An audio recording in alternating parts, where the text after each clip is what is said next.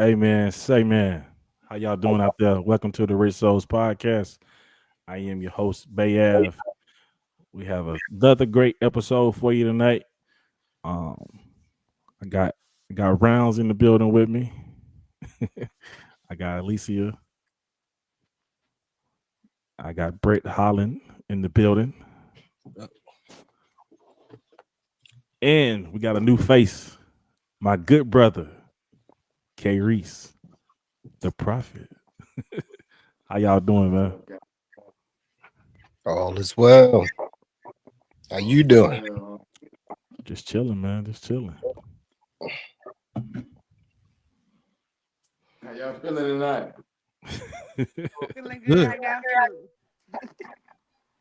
Doing good, man. You blessed to be stressed, too anointed to be depressed. You did. Hello. What you say? He said too stressed to be blessed. You say the whole thing. It's like a tribe called Quest. Now, last show, Alicia said that to me, but that's like an Alabama slang. I started to say the whole damn thing over what I just said loud as fuck. I thought she just didn't hear me. He was like, no. She didn't mean it like that. Like, she was agreeing with you. I was like, oh shit, my bad. Whole different lingo. Hey, I got a question. I see present down there. What that do? Did I take over I can present something on it? Yeah, you could share your screen, but it's got to be in Chrome. Oh, I was just wondering. Yeah, man. I don't know. That's what I'm trying to do. That's kind of glitching right now. So I'm gonna leave that alone tonight. We don't have no videos to. Is it links? Nah, bro. It's just something off the that's downloaded already. I was gonna say send it to me, and then I just share it from my end. Okay. Well, it was the intro video, so we good. It's already downloaded. All right. Yeah, man.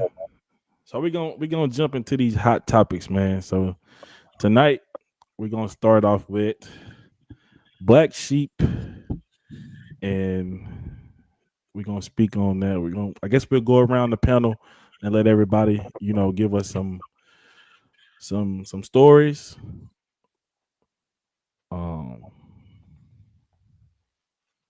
And if if it doesn't pertain to you, then I guess you can pass it on.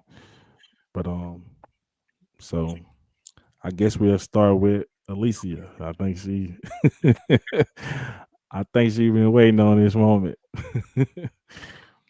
So, Alicia, so what does being the black sheep mean to you personally? Like, how do you view it?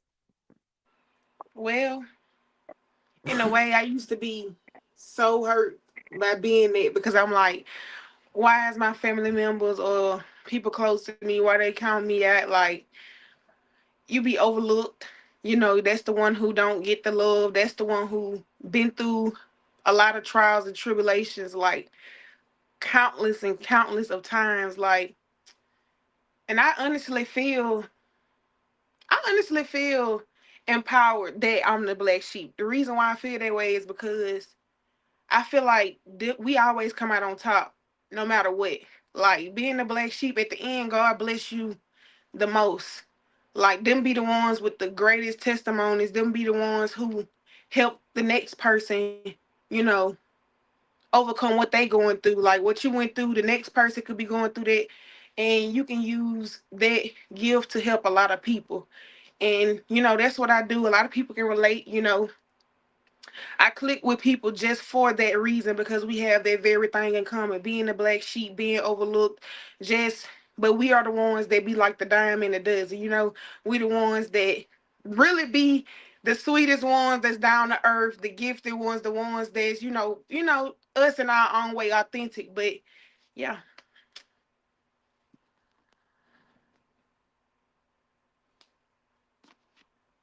Big old facts. Anybody else want to chime in on that? I got it. I agree. Go ahead. You about to speak? No, I agree. Oh, okay. No, I agree. Yeah. I- I agree too. That's what I think my it's- whole crow thing is about. Just being the black sheep. All right, everybody that using Ramble Me has always been like the outcast of wherever the hell they came from, you know what I'm saying? And we like she said, always link up with people that's like minded in that same situation. And just like the crow is like the most intelligent bird, but people don't look at it that way. They always shun them out because they black and they're not appeasing and stuff like that. So definitely I was the black sheep of my family, kicked out of high school at 16, and I had to go to a military school, and people just thought I just wasn't gonna make it, man. That I ended up surpassing everybody, saying my whole family, So yeah, I definitely agree with that, man. And I'm one of them niggas like nothing come easy for me. I gotta work extra hard to get anything I needed in my life. You know what I'm saying? So yeah, I definitely agree with that though. Just like she said, we like a diamond in the rough all the time. We the most intelligent, the most talented, the most free-minded people. You know what I'm saying? So I definitely agree with her on that one. Me personally, I feel like there's a few sides to the whole black sheep thing. Not all of them are negative, some of them are positive, right? So think about like what is a black sheep? It's the person or people that you don't want to associate with. So think about the white family that's got some racist bigots in their family, and they don't agree with that. They can keep that over there. And to Alicia's point, right? So yeah, some people go through certain trials and tribulations, but you got to think of those trials and tribulations, how they affecting the people that may not want to associate with you while you're going through that. It's not that they don't want that they don't want to be around you, but if during that time that you're going through those things, that's what they know you for, it's gonna feel a little bit more distant, right? So like we only tend to see things from our personal perspectives, but then like if you just sit back and be like, you know what, when I was going through that, it was really bad, right? And like I can understand like how whatever it is that I'm going through could affect their situation, because everybody's situation is different, right? So that's two different perspectives. And then the other one is like isolation, right? So like if you isolate, sometimes it's self-inflicted being the black sheep. Or they don't come around, they don't hang out, and then when you are around, now it feels awkward because everybody else that does hang around each other, they all social, super social and all that, and you feel like you just there standing off on your own. So like being the black sheep is not always a bad thing, is the point that I'm trying to make here. Being a black sheep, you could be like, these motherfuckers refuse to go to school. I'm going out to get my college degree. I'm trying to do this. I'm trying to do that. So I can't associate with them. So they the black sheep, right? If they not on the same page of positivity, right? Any of those things. And you right, 'cause that's what happened to me. Like I take full blame for me being the black sheep. I was in the streets, so everybody was like, "Oh, that nigga out there in the streets doing whatever. He ain't even trying to make it." You know what I'm saying? But when I did, just like you said, it's two sides to it. When I did turn my life around, they still was like, oh, nigga, don't trust that nigga. So he gonna fuck it all up. You know what I'm saying? That's the hard part. Like, no, I'm trying. I'm trying now, but they still like not believing it. You just got to keep going. Yeah. And that's why I work with foster kids now. I work with foster kids. I mentor foster kids now because they feel like a lot of things is their fault. And then some of them foster kids, it is their damn fault. Yeah. You know what I'm saying? But at the end of the day, I got to mentor them and give them that motivation. Like, it don't matter what happened in the past. This is your time to change your stuff. Yeah, I just think it's important. It's important, like Brett just said, you gotta acknowledge your role in it, right? And then if you feel like that too, ain't nothing wrong with asking them, like, yo, why are we so distant? Why we can't be closer? And look, I want to do what I can to repair this relationship. I might have went through some things, but don't let that define me. Know me from where I'm at now. And yeah, like they're gonna have maybe some trust issues with that, or some perception issues with that, because you're a troublemaker, or you felt you always messing up a bag. Any of those things. It could be anything, right? But like we got to take personal accountability in that. So the black sheep thing, it exists, but only to a certain extent that we want it to. Is what I'm getting at. Okay, Reese, you want to chime in? It go back to sometimes being unequally yoked. See, when we are all called, God is all calling us for something, right? Right. So a lot of times, the people that don't connect with us on the level that we will want them to connect with us, it's not because they just don't like you. Sometimes it's because y'all just not equally yoked. And we are all at a different place in our lives. So what God will do is like bro said with isolation, he'll put you in a place of isolation for you to tap into self. You know, being a black sheep for me,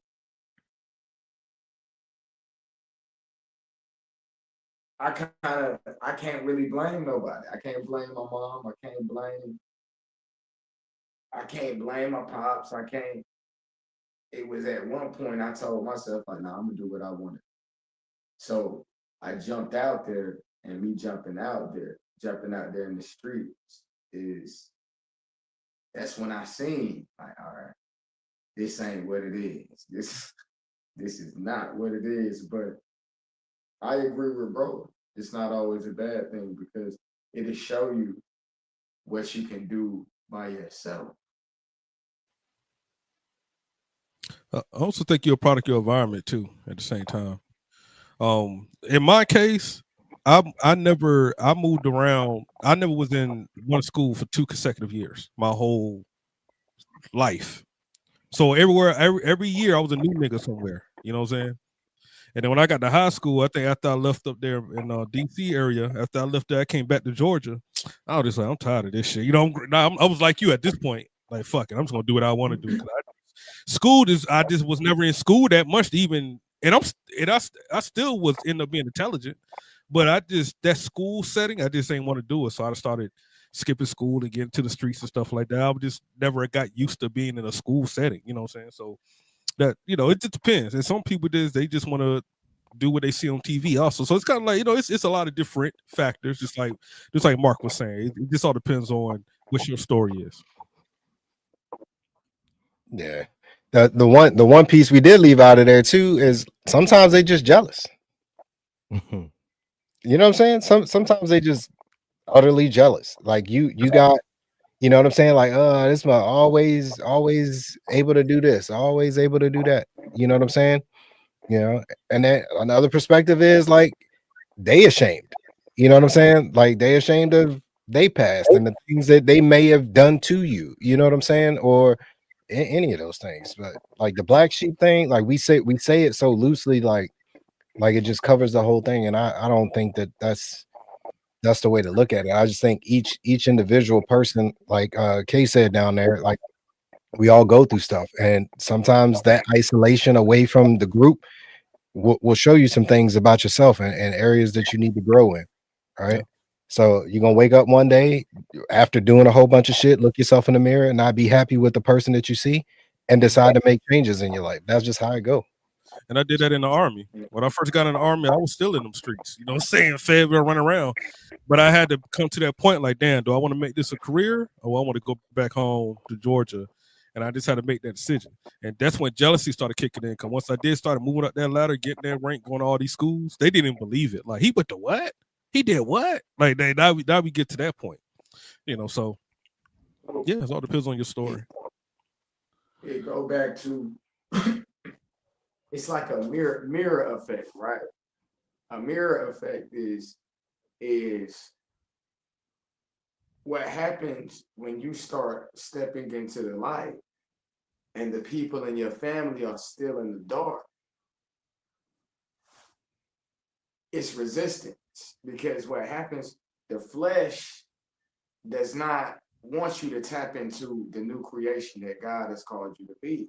And that's also with people that are in your life, because the more and more you get closer to your goals and your purpose, it's people around you, like bro said, they sitting there like, he went through all of this. How is he still making it happen? How does it makes them look at themselves like, well, maybe I'm not doing enough work. Maybe I'm not who I say I really am, because when you lie to yourself, you a lie to yourself, and then you a lie to the world. You can't be honest with anybody else if you can't be truthful with yourself. So of course,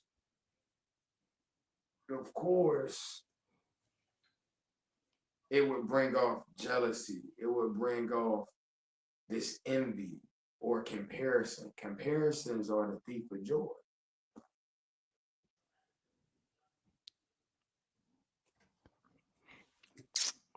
Right on. I see she calmed down. Alicia. So if all right. So if your family was watching Hmm.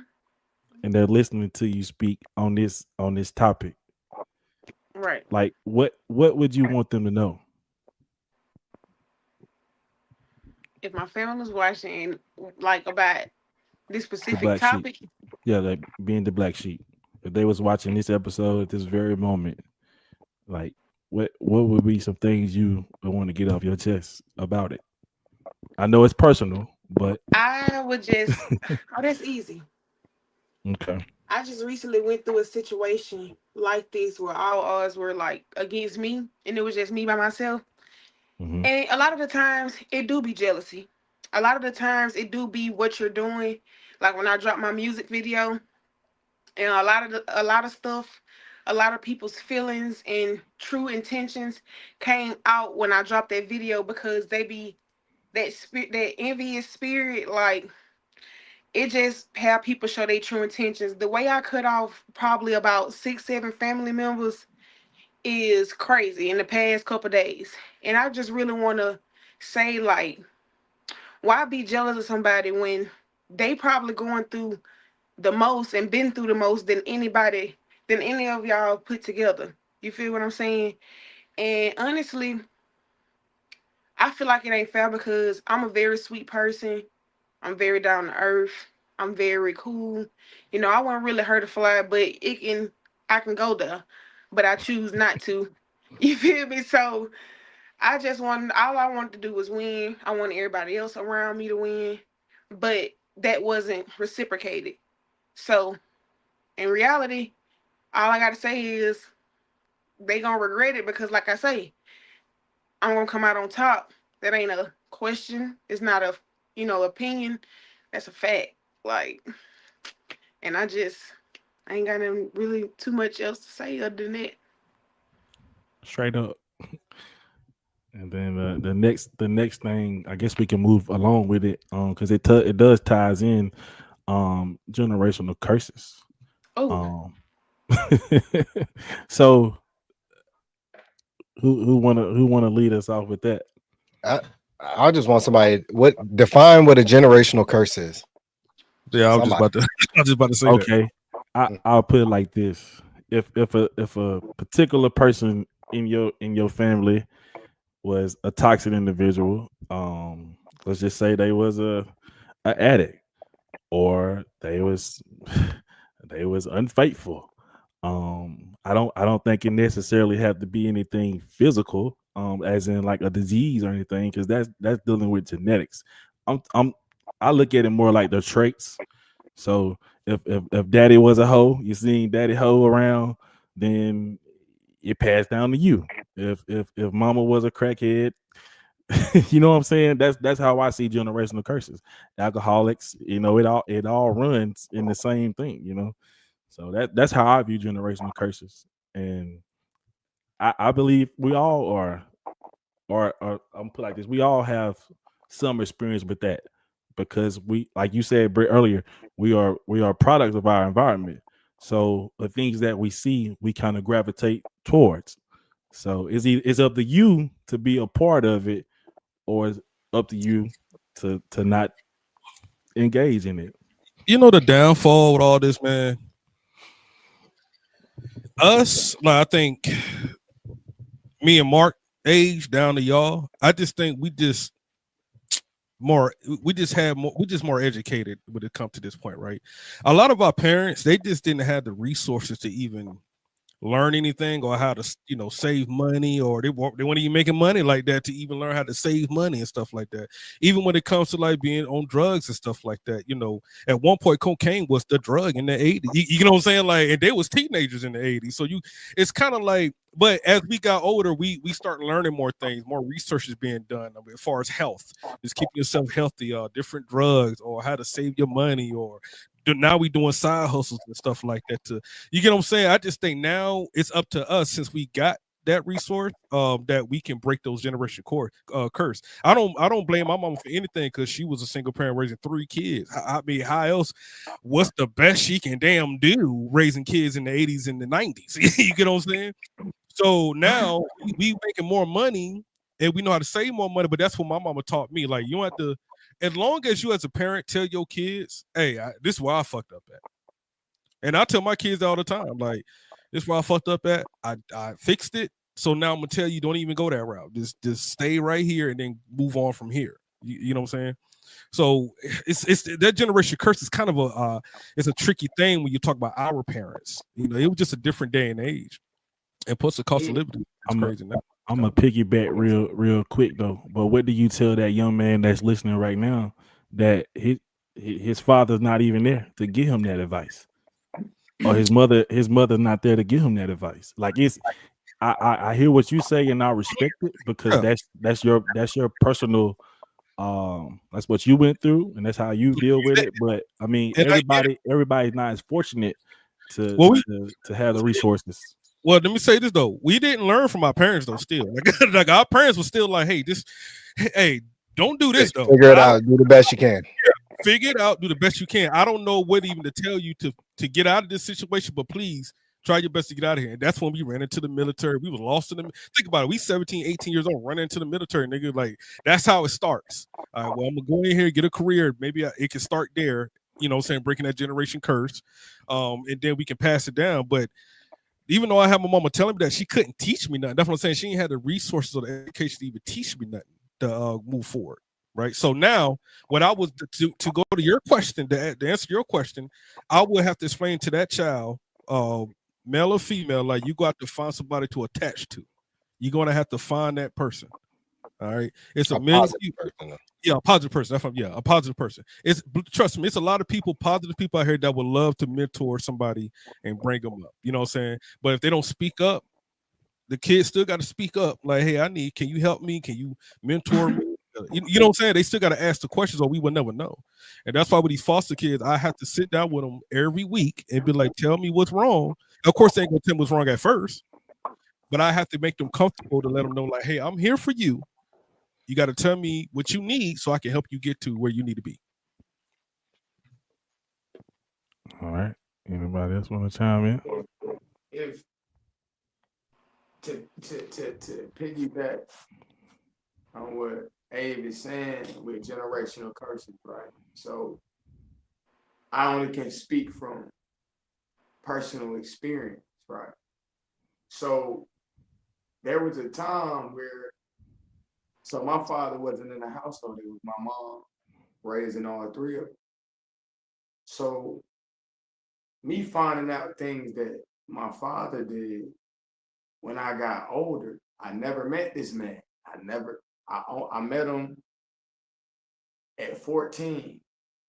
And after that, it's like,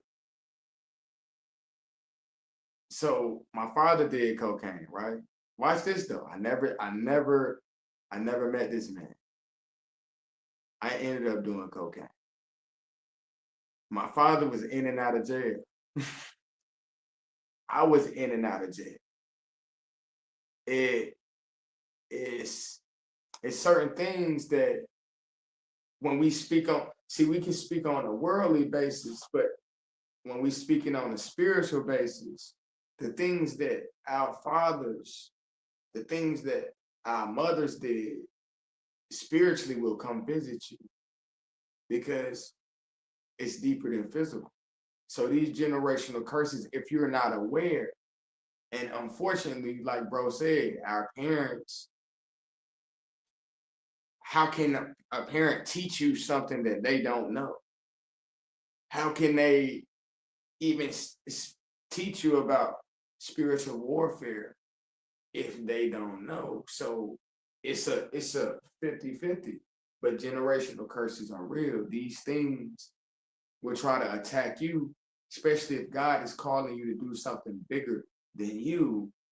These things will try to attack you and pull you down the same cycle that they pulled your parents down.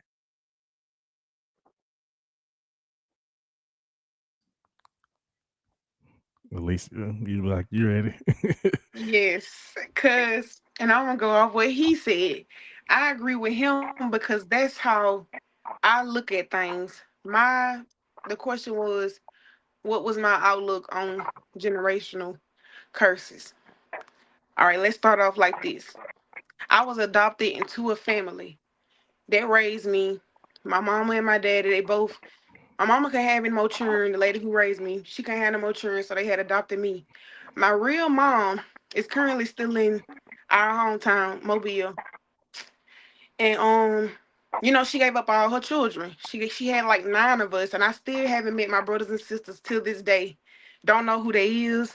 Don't know where they at. Don't know if they living. Just don't know.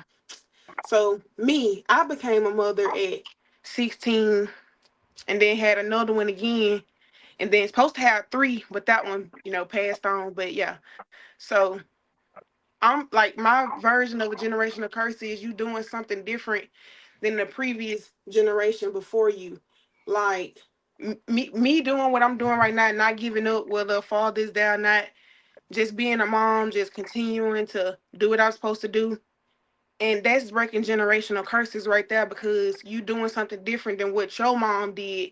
She wasn't, I don't know what was the situation. Maybe she couldn't do it, or maybe she wasn't financially stable. Maybe she felt like it would be safer for me to go stay with another family. But every mother figure I had, like, literally either passed away, got sick, because the lady who adopted me, she had open head brain surgery. So after that, she was mentally gone. So like every mother figure I had, literally it just was like a cycle.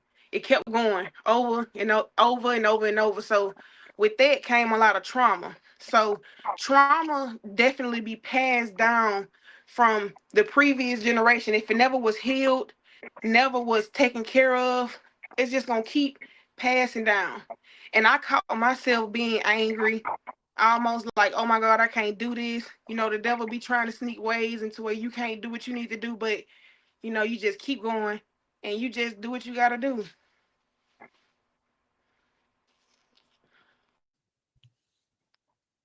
Rounds. All right. So before I start this, based off what you just said, Alicia, I just want you to know I have the utmost empathy for your situation, like how that happened, all of that, right? But like I look at this very differently. I am not an emotional thinker. I'm a very logical thinker. I isolate to do this type of thinking. And like I was taking notes as all of you were talking. And I want to start out by saying, to K Reese's point, so if you grow up in an environment where drugs are readily available, right? It's in close proximity to you, or things that your parents had to deal with are still there as you reach adulthood and you go through your teenage years. It's not a generational curse. It's only logical that the things that are in your environment are going to affect you in the same way because you're still in that environment, right? They're still going through whatever it was that they were dealing with at that time, and now you are subjected to that at that time. But the way that generational curses that don't exist, I don't even want to call it that, but like if you want to change circumstance, you need to change environment, right? And the only way to do that is like as you enter into your adulthood, you might make some mistakes along the way. Like we just talked about that, right? You might make a bunch of mistakes along the way, but eventually you got to get out of that environment where those things are available. There's pressure for you to be involved in those things, right? So you talked about hereditary. The only thing that's hereditary is illnesses. None of these life choices that people are making are generational curses, right? You know better, you do better, period. But if you're in an environment where doing better is just doing better than the person that's next to you because y'all all in a shitty environment, that's not actually doing better, right? So you actually have to change the environment that you live in. And that means getting a better job. That means maybe going off to school, maybe joining the army or the military, any of those things.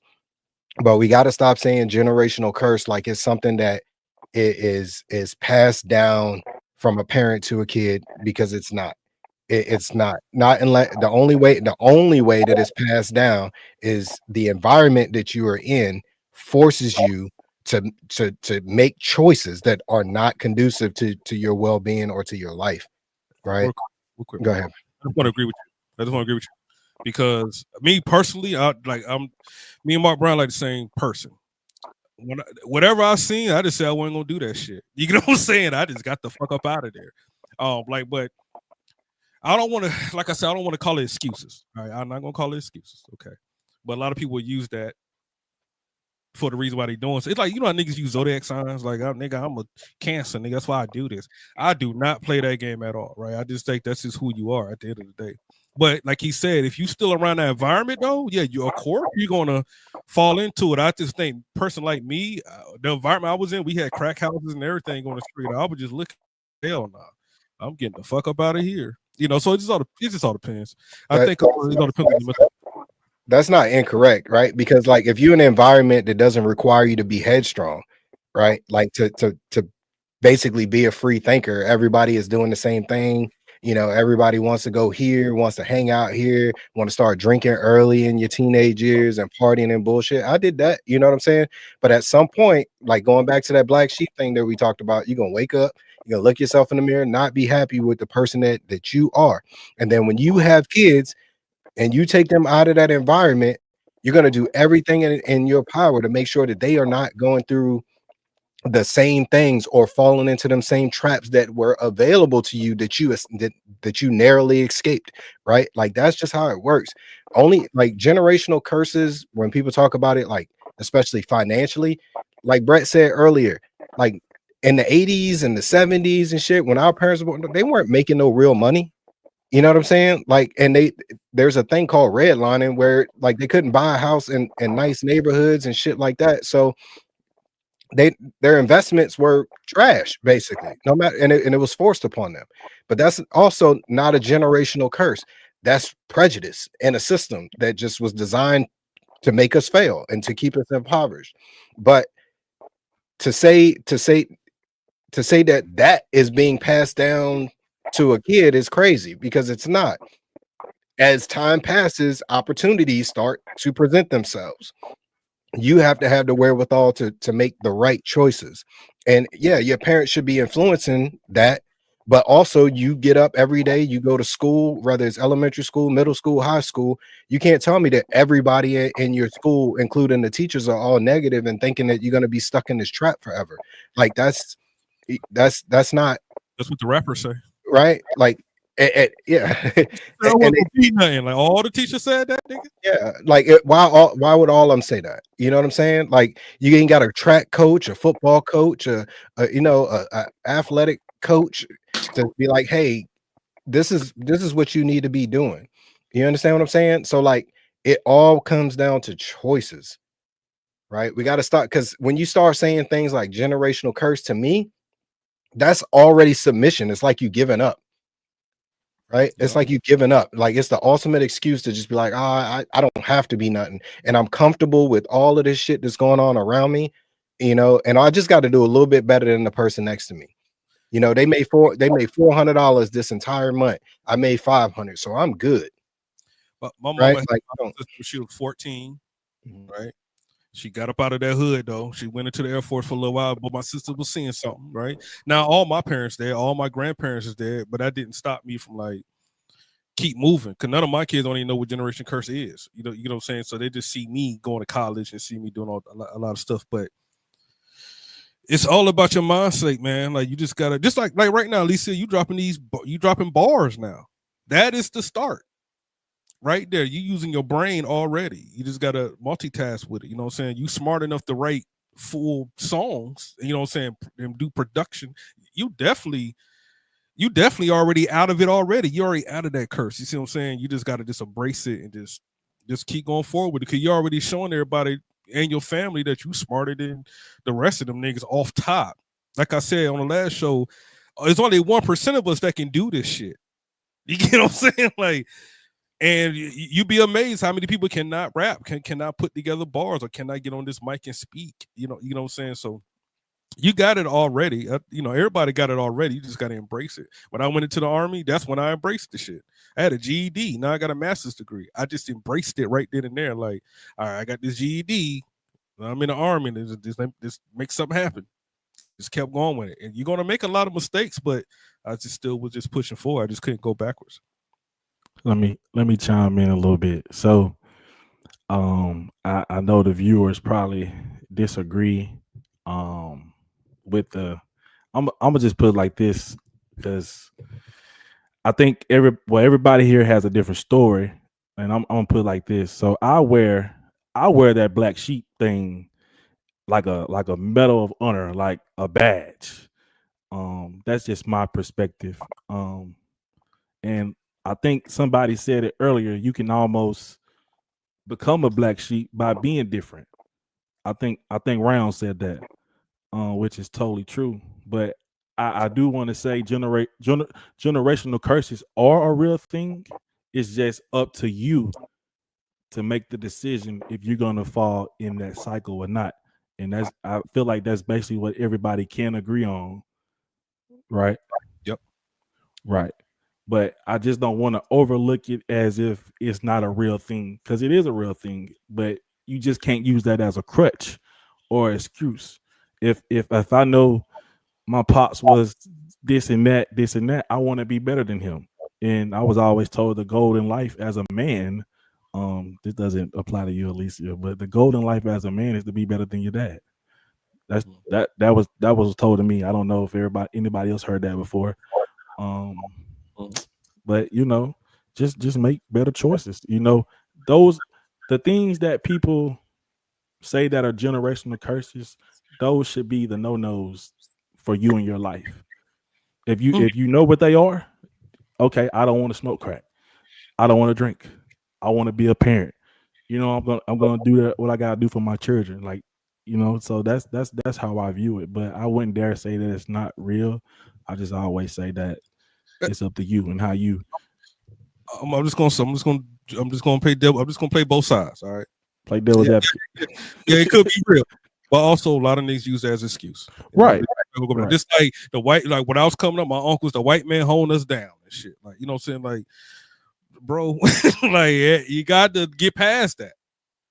You can't keep using that unless you got a mental disability. I think you can pretty much do anything you put your mind to in this world. That's how I look at it. I did it. I had nothing. You know what I'm saying? So I got a question for you, Ab. Give me one thing, because let's have dialogue on this. Since you believe that it's real, I do not believe that generational curses are a thing, right?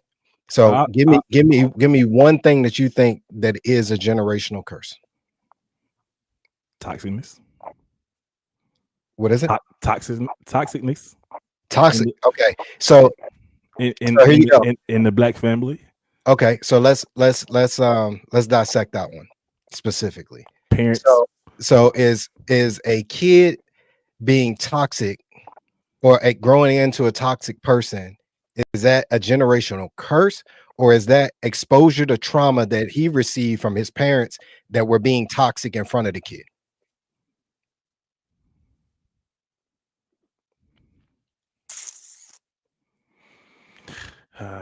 Ask it again, bro. Okay. Trauma. That's trauma. Okay, so that, to me, now, if you don't mind, let me say so, because a generational curse is not a magical punishment. It's a cycle of pain, trauma, mindset, and habits passed down through generations. So, an example of a generational curse is broken families, broken family structures. Think about how, if we go back and think about the Willie Lynch letter, I don't know if you guys know about the Willie Lynch letter, a letter that was put together to break up Black families. Yeah, bro, but it's 2025 now, bro. We gotta. No, but that doesn't. I get the point that he's making, though. I get what you're saying. We just. Hold on, but let me jump back. Let me chime in real quick too. Go ahead. Because I mean, because that's what we do, man. We go 400 years in the past, bro. But we Like, can't skip over that, bro. Oh, but you can't Go ahead. skip over that. We can't acknowledge use it. it. We can't use it as an You excuse. could acknowledge it. You cannot. But skip over goddamn, man, that, that was the Willie Lynch era, nigga. You know what I'm saying? Like, But Okay, is so that's history. so I would agree with the notion of generational curses as a legacy. Older than, I'd say 19. If you're talking about like before, I don't know, let's say 1995. I'll even give you to 2000, right?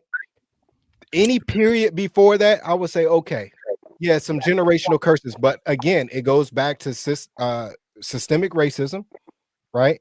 Those people did not really have a choice. Things were not set up for them to succeed. And I got Today, I'm not knocking that. huh? I'm not disagreeing with that. No. I'm just saying, like, Oh, okay. I'm giving Av the grace on the notion of generational curses. I'm saying I will agree that it did at one point in time exist, but today I can't see that. I can't see that. We've got more African Americans that are college educated.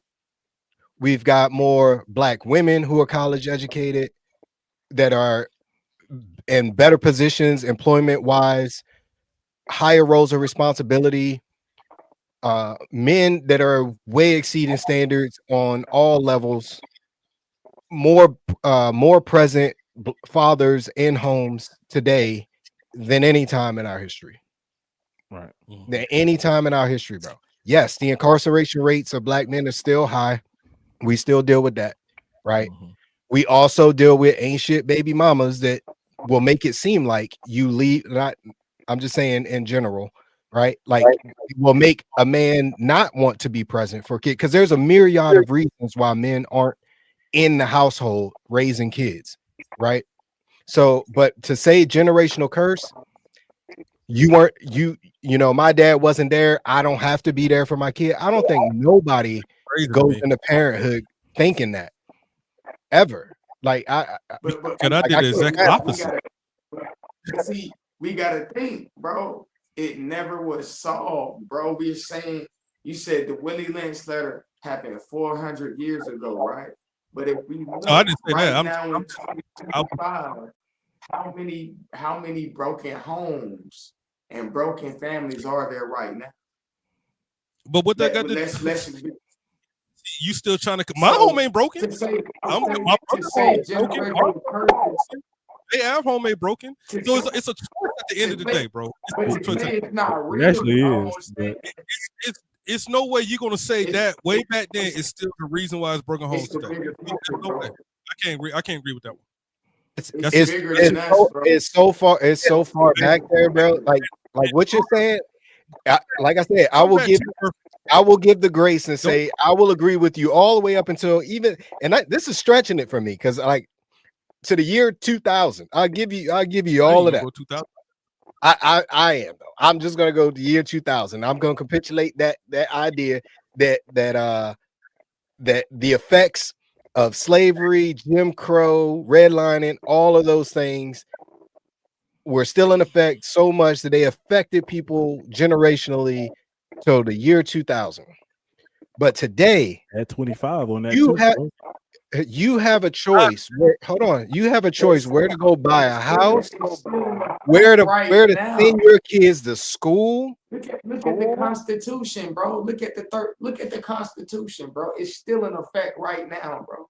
Still in It's, effect. right it's to say generational curses aren't real is almost saying that spiritual warfare isn't real. And if you're saying spiritual warfare, Those are two different things. Thanks, man. Those are completely two different things. And we talked about this. You weren't here, K. Reese, but how you frame something, you can get anybody to agree with you, right? But like I can't hold on. I can't let that one slip through. There is nothing that is in the United States Constitution today that is stopping you from getting a job, from going out here, deciding where you want to live, there's nothing in the Constitution that says if you have kids, right, you have to send them to this school right here or move them over here where there's drugs and poverty. There's none of those things. What is required of you is only what's required in that job application or that position's scope of work that says these are the requirements that I need you to have in order to work here to make this amount of money. Now, are you saying that there's generational reasons why you can't come up with the resources to go to school? Sure. Okay. But also there are grants, there's all sorts of shit and ways to get around that. And most of these places will take you with Google certifications, which is free 99 and on the internet all day long. So the resources, all of those things that you would define as generationally not available are available today and have been since the age of the fucking internet for the most part, right? So it's like Brett said, it's about choices, what you choose to do, how you choose to do it, and where you choose to do it at. Like we got, and I'm not disagreeing. I'm not disagreeing with that. I'm not disagreeing with that. But I'm speaking on the other side. You have to think, bro. It's more like, what does the 13th Amendment say? The 13th Amendment, the amendment that abolishes slavery. This is what we're talking about right now. But if we look at the 13th Amendment, it says you are legally a slave if you're incarcerated. If you're incarcerated, which is correct. So what about them brothers that was incarcerated for false charges? What about, because we got to be honest now, don't get me wrong. We're talking about a legal system. And what did that, hold on, okay, Reese, because I don't want us to go in a circle. Like I literally started this out and I said, yeah, there is a bunch of racism stuff, racist things, and systemic racism in institutions that punish people and people suffer because of that, right? So is it fair to say, you know, that those people made bad choices and ended up there? Some of them are completely innocent and in jail because the system's not perfect. I get that. But there are plenty of other stories of people getting out of jail, getting degrees while in jail now, right? They get out, they get all of those rights back, include if they're not a violent felon, they get their Second Amendment right back to carry a firearm. So I'm gonna say it again, bro. Like we are in a better position today in 2025 than we have ever been in the history of this country. And what that got to do with you though, personally? Yeah. So what generational curse, what would you define as a generational curse that is affecting you directly today? And then let's dissect that. We're not, because we can speak in generalities all day long and talk about, oh yeah, maybe it kind of exists over here. I feel like you're saying that it's affecting you. That's why I feel like you strongly about it. You strongly opinionated about it. So I'm trying to figure out what the people falsely incarcerated got to do with you personally going forward and making it in life. Because I'm a product of the prison system, bro. I've experienced being on the other side and seeing these, talking to these brothers. Right there, prison time, bro. I seen it, bro. I seen how I didn't think you did prison time though. So that changes the whole narrative of a lot of things. Now watch this. I've seen at 14. Yes, don't get me wrong. I made a decision at 14 that put me in a place that I didn't want to be, right? But it still didn't make it right for 4 white cops to beat me like I was a grown man and then throw me in the system. And now I'm traumatized. So by this time, you end up going down this systematic cycle. So from 14 and up, it was once again, I didn't grow up around my father, bro. That's what I'm saying. I didn't see my father doing drugs. I didn't see my father going back and forth to prison. I didn't even really know this. So me not being aware of this, I went down a generational cycle that led me to now I'm at this point. Now I can tell you on a spiritual level. See, I'm not speaking from a worldly sense, my brother. I'm speaking from a spiritual level, as in it's things out here that if you have a veil over your eyes, you may not be able to see what's going on or the generational cycle that you are in. So that's why, and like I said, I agree with you guys too, because certain things I had a choice. I had a choice, y'all. I had a choice. But it's certain things that I believe that if I was aware of, I would have went the complete opposite direction. But unfortunately, you'll never know. So Reese, I got a question for you based off of what you just said. First off, I like you, I had an encounter with law enforcement like that when I was very young. And I mean, they whooped my ass in DC, right? So like whooped my ass, bro. Right. And that was a choice that I made, and the consequence that came of it. Was it right? Was the consequence worth what I experienced and the trauma that placed upon my life with law enforcement, period, for the remainder of my life? No, right? But at the end of the day, I, like you said, a choice. It was a bad one that I made, and it put me in that situation, right? But to relate that and say it's generational, I think it is a personal choice to be like, damn, my dad went to jail. It must be, you know what I'm saying? It must be a generational thing. Like you were not predetermined to end up going to jail, brother. Is what I'm getting at. You were not. I'm gonna explain it to you because I see I left something out. So I gotta once again, I did not meet my father. I didn't know that my father was in and out of jail until I became almost 16, 17, right? So what happened is, so when I went and talked to my father at 21, we sitting there having a conversation. And my father, we just talking. He's like, yeah, son, at 14, man, I had 4 white police jump on me. They beat the shit out of me. I'm like, mind you, I didn't know this. Okay, then he say, well, son, I escaped like 3-4 facilities. Bro, I didn't know my pops escaped facilities. I escaped facilities too. Okay. Then he like, yeah, man, I really was addicted to this cocaine. I'm like, hold on. How is this even possible? And everything from the age he was when he was doing it, I was the same age. So I think what it's what's the answer? What response would you give a child that their father wasn't present, their mother wasn't present? It's they didn't, or they may not have grew up in the environment around drugs. Bro, what I'm gonna give you some.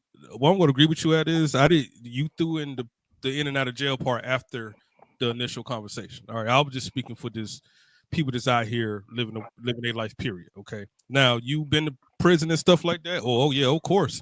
Oh, trust me. Like I know they're gonna judge you when you get out there. Hard to find jobs. It's hard to get out there, and I get that. See, if I would have known that at first, I probably wouldn't have been so opinionated about you. That's what I'm saying about you. And you broke it down to me like, well, yeah, I was in the system too. Okay, now that kind of changes some things. All right. But yeah, like my dad wasn't there. I got locked up at 16 and everything too. And trust me, like I'm saying, it can't get you, you know. But I want to apologize from earlier. I wish you would have told me about that part first before I was strong the opinion. I still believe my opinions. I still believe my opinions.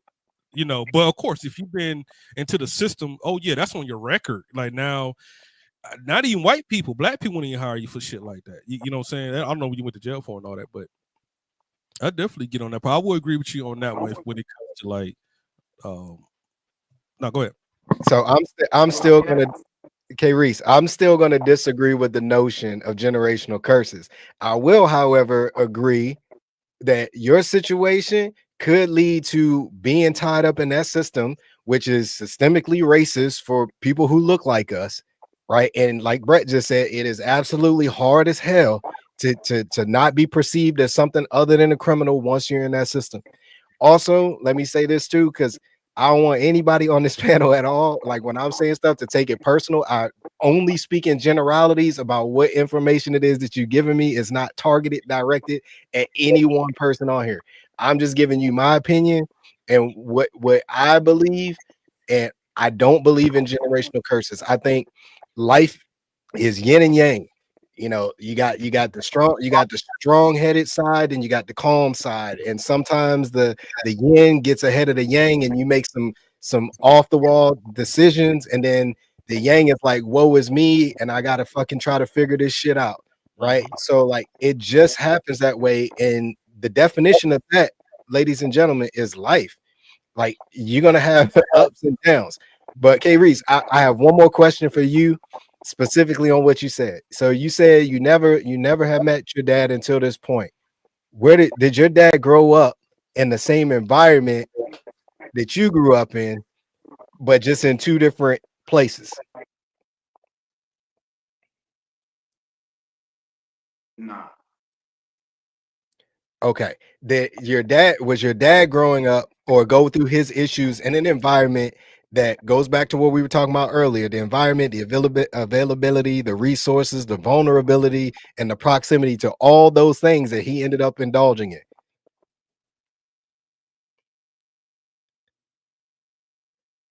Yeah. Okay. And the environment that you were in when you were 14, when you jumped outside, all of those things were readily available to you, and that's what the other dudes 14, 15 your clique was doing. Which just felt normal, right? No. No? This is that's why I said choices. Now it's choices. It's not saying that,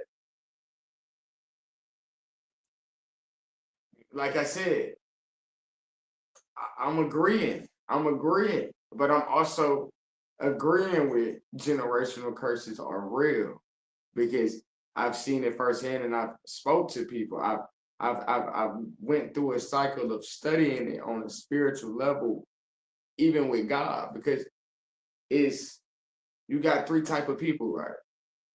You got one person, they may know God in the Bible, right?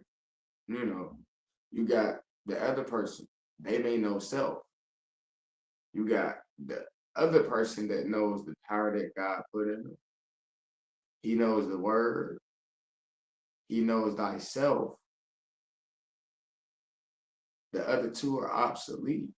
So when we're speaking on generational curses, I'm speaking on it as a spiritual sense, a biblical sense. I can't, me saying, if I was to agree and say, nah, bro, generational curses don't exist, bro, that's not true, bro.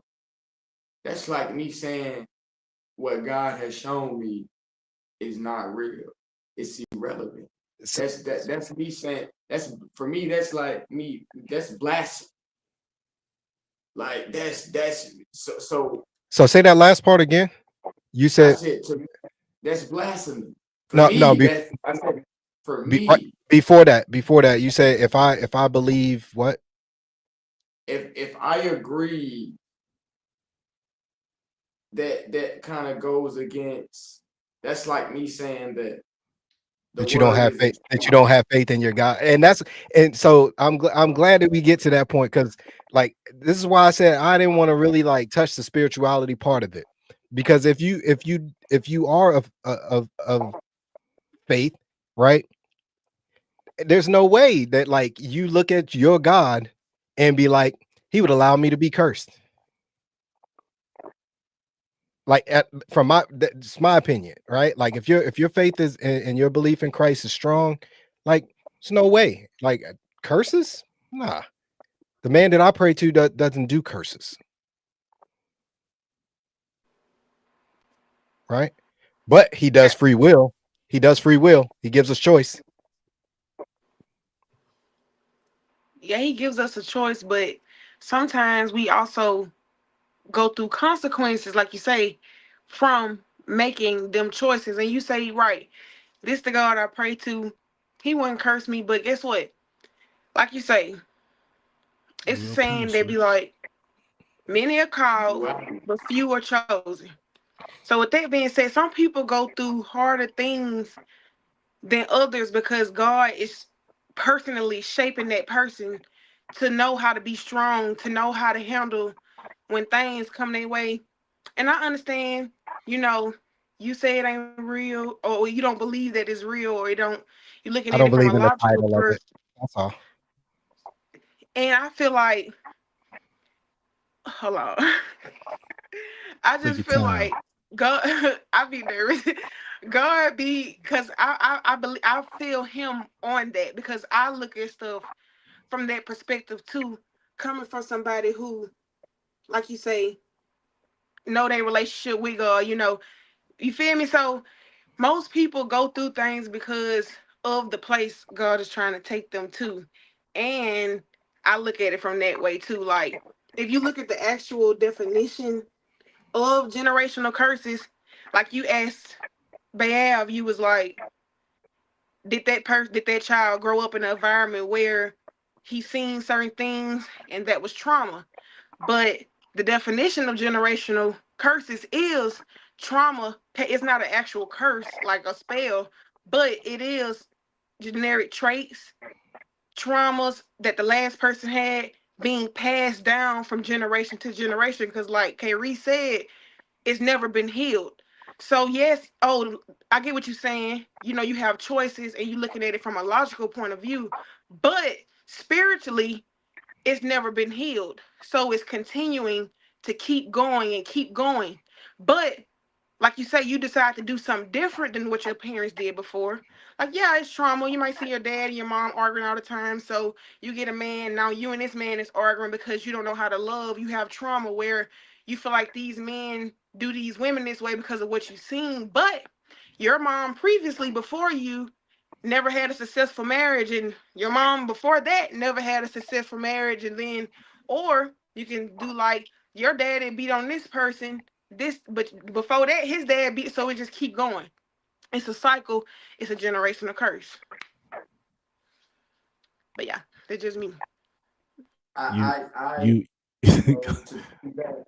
to say this because I'm stretched for time, guys. I gotta go to work.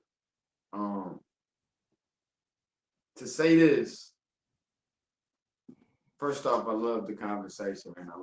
I like to give a shout out to Abe, man, for inviting me on the Rich Souls, man. I definitely love this politic with you guys. It's it's it's a touchy subject, but I believe that these are conversations we should have more in the world because this is how you learn different perspectives. This is how you, even if how life work is like, it's like when you go deposit a check, right? You go deposit a check, right? You might go deposit 1,200, or you're waiting on the deposit, and they tell you, well, you got 3 days, you got 4 days. I believe that the Father in heaven works the same way. I believe that sometimes a person may say something and it may not make sense right at that present moment in time, but there may be a situation that presents itself, and everything that we're talking about currently right now will all come back into fruition. So I believe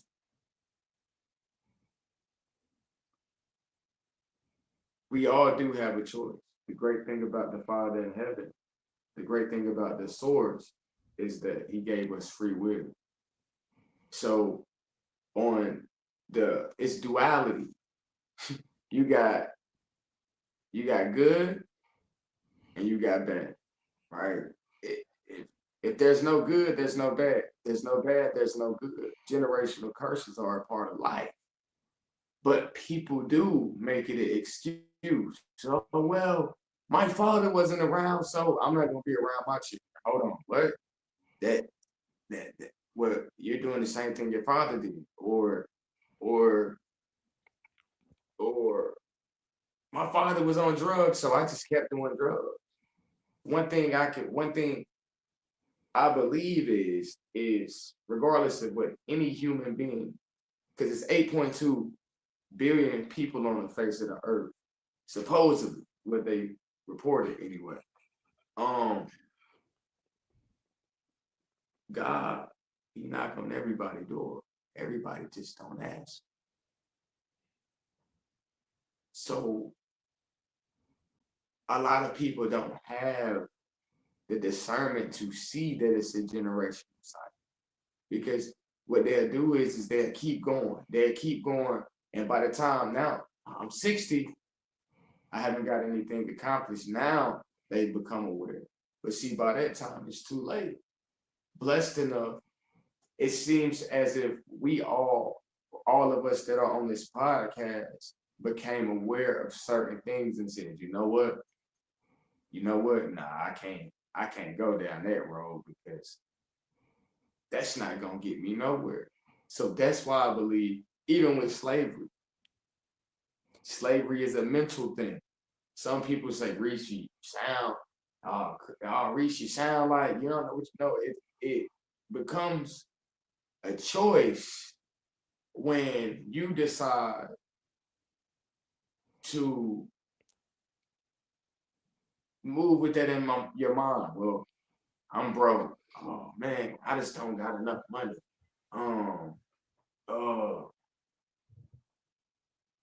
It's all about the mind. Once you get the mind in control, one thing God gave us control over is our mind. Everything else is in God's control. But the decisions we make, once you become aware of something, it's like you tell your son, don't touch this, don't touch the hot stove. Okay, at first he didn't know. Now he know because you told him. So if he touched the hot stove again, well, son, I told you not to touch the stove. You touched it again, now your hand on fire. I believe our Father worked the same way.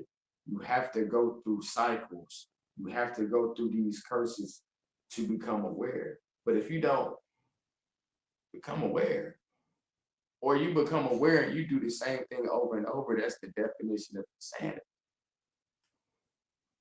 There you go. So I agree with your first sentiment about like people still thinking that they're slaves, or it's just a mindset. It's the mindset, right? So I like to unslave, right? I like to unslave as much as I can. Like I want people's mind to be so free and like to think about things in such a way that is so critical that like you'll be able to do that with other people. Like, hey, listen, and don't take it the wrong way, right? Like when someone is saying like, hey, let me give you my experience and my pain so that choice that you're about to make, you don't suffer it, right? Because one of the outcomes of what it is that you're about to do is what is in front of you. And yes, I may look successful, I may look like I've, like I got it all together, but that's not always the case. I just have already passed that stage and that step that you're about to take, right? But you don't see all of the things in between that. So let me share this experience with you so that you don't have to experience it and receive the consequences of the choice. You understand? Because you'll already know what they are. Because I feel like that when you have like when you have the slave mentality, you feel like so many things have control over your life instead of your life having control over the things. And like that to me is a huge mistake. It's a huge mistake, and it is something that's taught. Now that is generationally kept, right? Because it's taught over and over and over and over again. You are people that have no control. You are people that were in shackles. You were owned by people. Okay. Today, again, 2025, freer than I've ever been. I've never in my life been in fucking shackles and chains by a slaver, right?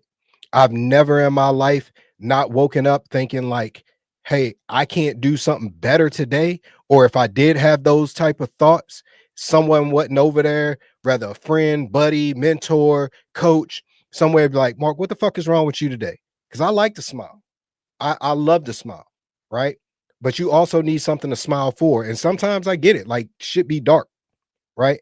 But guess what? Still at that darkest moment, there is no other human being on this planet that has control over my life, that has control over my mind, other than me. Other than me. So you have to unslave every opportunity that you get, right? Because like that shit is the biggest trap that you could ever find yourself in, right? The moment that you get ready to think like, let me make an excuse for why I can't do this thing today. That's slave mentality. When you think like, no fucking excuses today, I'm gonna get up, I'm gonna do this fucking plan, I'm gonna see it all the way through, whether it succeeds or fail. I don't have a plan B. This is what I'm doing, right? Like it's the mentality. It's the mentality. So just to go back real quick, that's right. That's right, Mama Bayab. I'm gonna piggyback off it too. She texted a minute ago. She called me a minute ago, but I'm gonna piggyback. You can finish up, bro. Yeah, I just wanted to wrap it up on this my point by saying, damn, what was it? I forgot what I was going to say. Oh no, I know. Okay, so yeah, so we're unslaving the mentality. We got to do that, right? So if you decide to let somebody else have that much control over you at all, that is a slave mentality. You are living in like spiritual chains and shackles. You got to get that shit off you, right?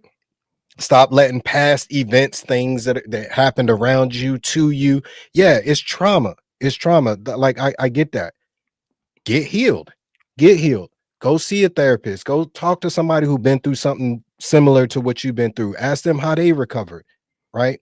But the last thing that you want to do is make an excuse like, man, I can't do it because this happened to me, right? If you're not physically disabled, mentally disabled, like Brett said earlier, like the excuses got to go. The excuses got to go because like, especially when you make excuses in front of children, right? So like you can pass that to a child, like consistently making excuses on why not to accomplish tasks, small or big, right? But when they see you do that, right, that is a choice that you are making and a lesson that you are teaching them. So it's not a generational curse.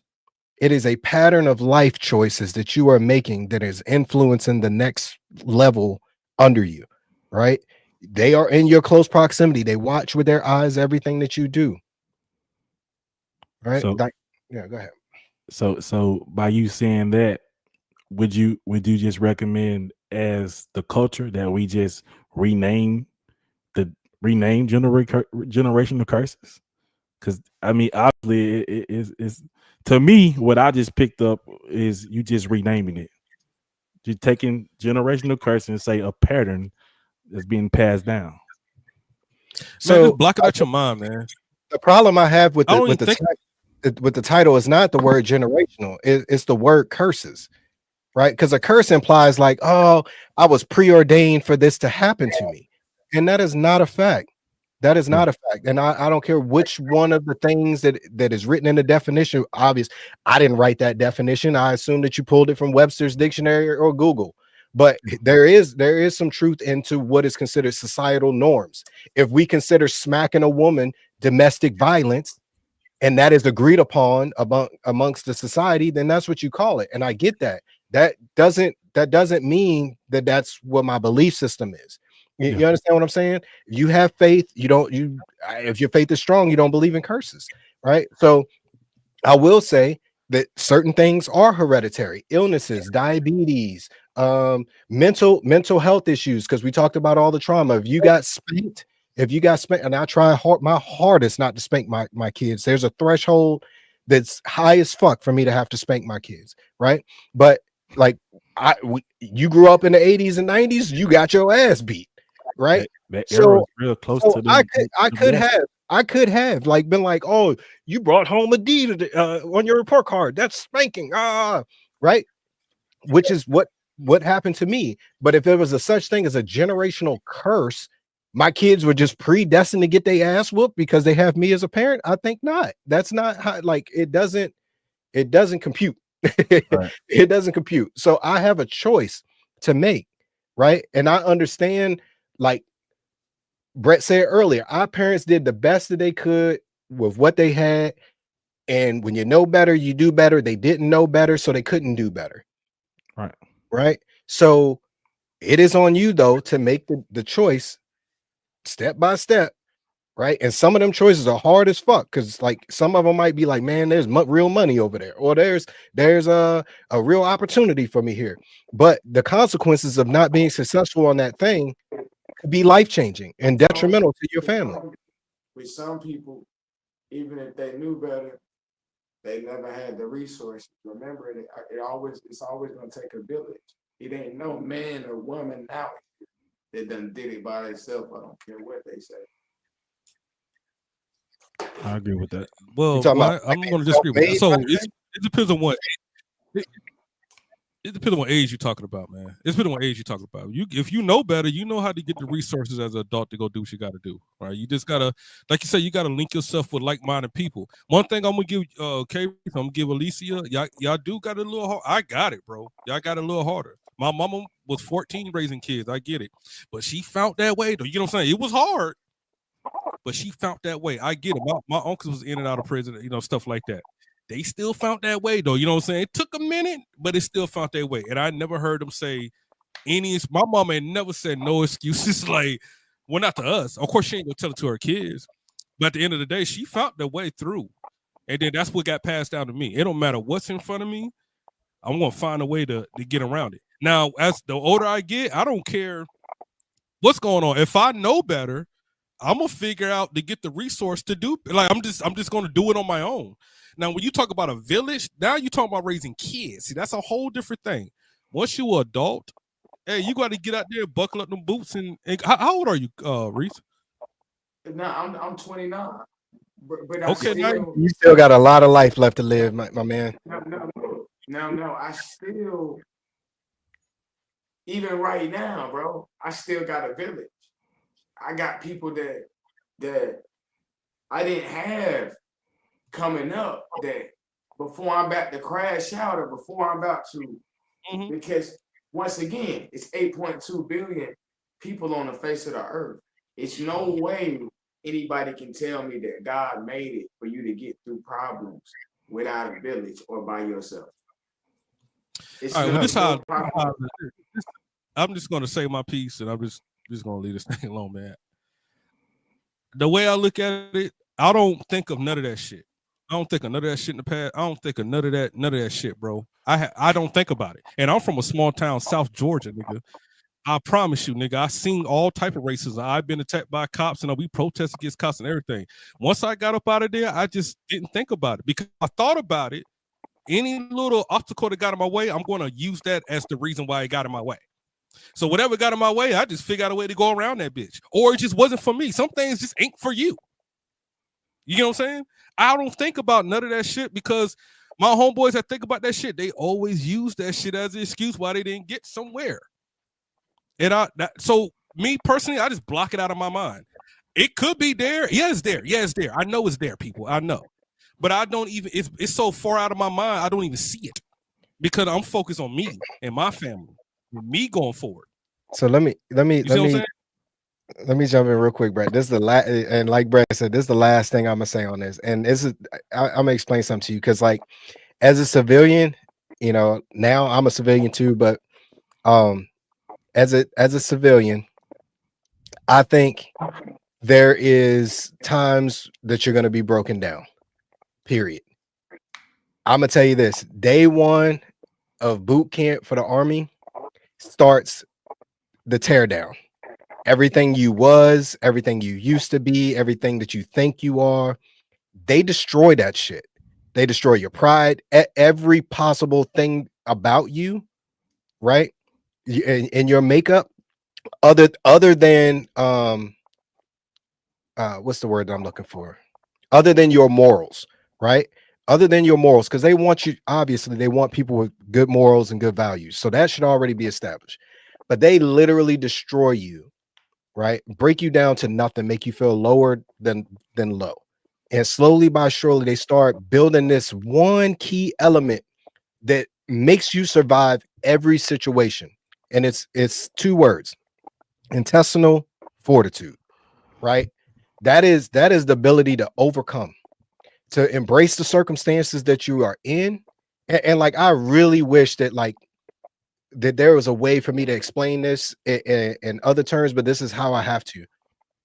So intestinal fortitude, being put into trials and tribulations and being able to understand that you are in control of your mind and the choices and the decisions that you make in a moment, in a split second, to make a decision that could be life-changing, good or bad, right? I don't think that there's enough of that. I think as a whole, we lack intestinal fortitude. So we look backwards. We look backwards a lot, right? This happened to us. This happened to us. This happened to us. Every conversation, this thing happened to us. Yes, we acknowledge all of those things exist, right? I'm 46 years old. I've had a lot of trials and tribulations, but I will tell you what got me through that is knowledge of self, understanding what things are going to push me over the edge, and not avoiding them, but embracing that, like, okay, this is tough for me, but the more I have to deal with this type of thing, the better I'm going to be for it. Okay, me looking at something that I have to complete, damn, that's a lot of work, but the success in completing it is gratifying, right? None of what I just said in that sentence is negative, right?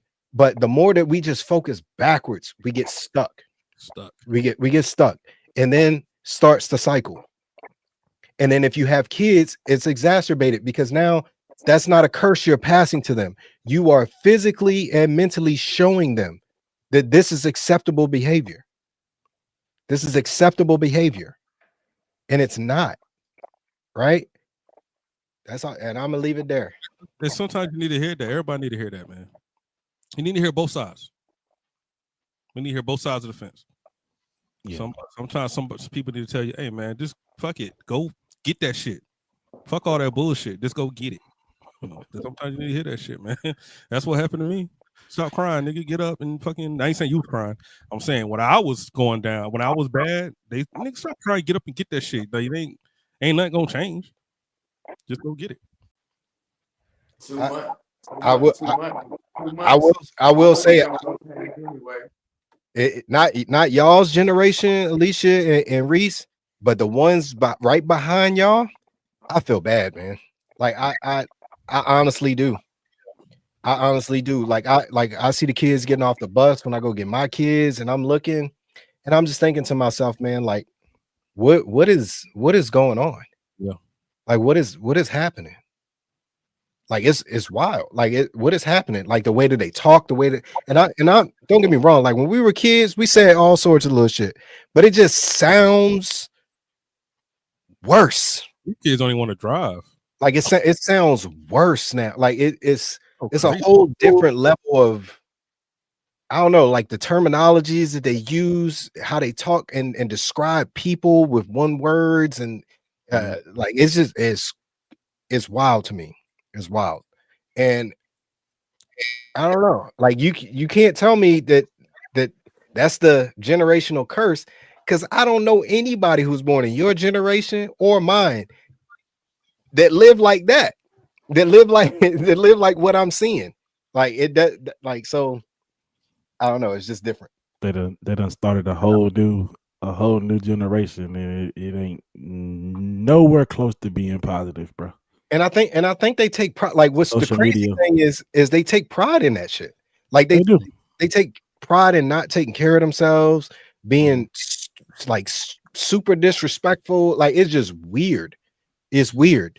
Like, I don't know. Brett could probably tell you. Like, I'm gonna tell you. Like, my neighbors, people that lived on my block, when I saw them, yes, ma'am, yes, sir. I might talk shit with my friends, but when I saw them grown up, yes, ma'am, yes, sir. How you doing, Miss Johnson? How you doing, Mr. Jackson? Like, all of those things. That shit is gone. That And shit is That's a, that's me a and North Mark, Carolina I'm thing. raising them. me and Mark the old heads, man. Look, that's why we talking to y'all like this, because we don't see every goddamn thing way before y'all, before you was born. I'm 42, he 46. Like, we trust me. We just, Yeah, It's by just- my count, that's 88 years of experience sitting here on the panel for y'all. Y'all can ask anything. Like, if you going through some shit personally, like, hey, how would you get through this? Maybe I experienced it. Maybe Brett experienced it. You know Oh, what I I'm saying? definitely know somebody that experienced it. I definitely know somebody that experienced it. Or we got somebody actively going through it, or done been through it.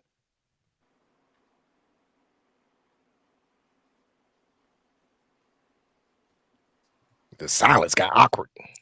I think Reed's trying to unmute. He frozen on my screen. I'm gonna take him down, then put him back. That usually works. I hope his battery ain't die. He did say something about going to work. Okay. Yeah, but I think he would just like say bye first. I think he was trying to salute, though. I did think he was trying to salute. Oh, he might have, but no, it's still active. Like, I've been on the sideline, man. Like, I get both angles. I'm not saying nobody's wrong, because a person's belief is a person's belief. And we can't take that away from nobody, you know. We can give them our angle, but a lot of people are firm, you know, and once their mind is set on how they feel, I'm not saying it's right. I'm not saying it's, you know, because you got a lot of older people who are set in their ways, and they're not going to change their view. So it to me, that's crazy. If you feel, if you are just by age that you are right, and a younger person can't show you a different way, or, you know, so it goes back and forth. Because I know a lot of older people, you tell them, hey man, blah blah blah blah blah. No, that ain't right. That ain't how we did it back in the day. You know what I'm saying? That's crazy to me. yeah, Last time I checked, it's more than one way to skin a cat. You know, so where the hell that phrase came from, I don't know. but a lot of things is looked on as disrespect from a younger person when they're trying to tell an older person, you know, how they feel or how to do something. It, you know, and that's another problem in the black family, or just in general. Mm-hmm. Or just in general. You know, it's like you too young to tell me anything. You ain't lived long enough. But who's to say, man? Like, age doesn't, like, people go through all kind of stuff at different ages. Can I say that my opinion on what you just said, that last part of your statement, I think that's a Southern thing. I ain't gonna lie to you. I give you that. I feel like that's a huge Southern thing, because I never met that till I got down here too, and it was crazy because, like, you would tell somebody, like, bro, like, the cars aren't made the same way that they were made in 1975. There's no carburetor in here, so you gotta do X, Y, and Z to get this thing to go. And somebody being like, "Nah, here, let me tell you something, bro. I've been working on these cars since blah, blah, blah, blah." But you ain't been working on this car since 1975, because this just came out in 2022. Got a computer Yeah, chip. you know what I'm saying? Like, I get what you're saying from that perspective, and I don't think we did that tonight, though. I don't think we did that. I think we was I more personally don't trying to. that any one of you were saying anything to me that I'm telling you, no, it can't be that way. I'm just giving you my opinion on the terminology generational curse, And the problem, like I said, stated was that I have is with the word curse. You are not cursed. You're not. Yeah, because think about this, right? Like if all of these things are curses, why were you born in the year that you were born? Why were you born in the United States of America, not Australia? Why were you born at the hour that you were born? Why were you born to the specific parents that you were born to? Like, you know what I'm saying? Like, it's not a curse, and like you can't. To me, I can't question God's will. Like I'm born into the environment that I'm born into. Now, when my brain matures enough where I can make decisions on my own, and I can understand things that are happening around me, I can choose to indulge in them or I can choose not to. I can choose to get out here, get a job, or I could choose not to. I could choose, you know, to stay locked in this environment with all the temptation, or I can choose not to.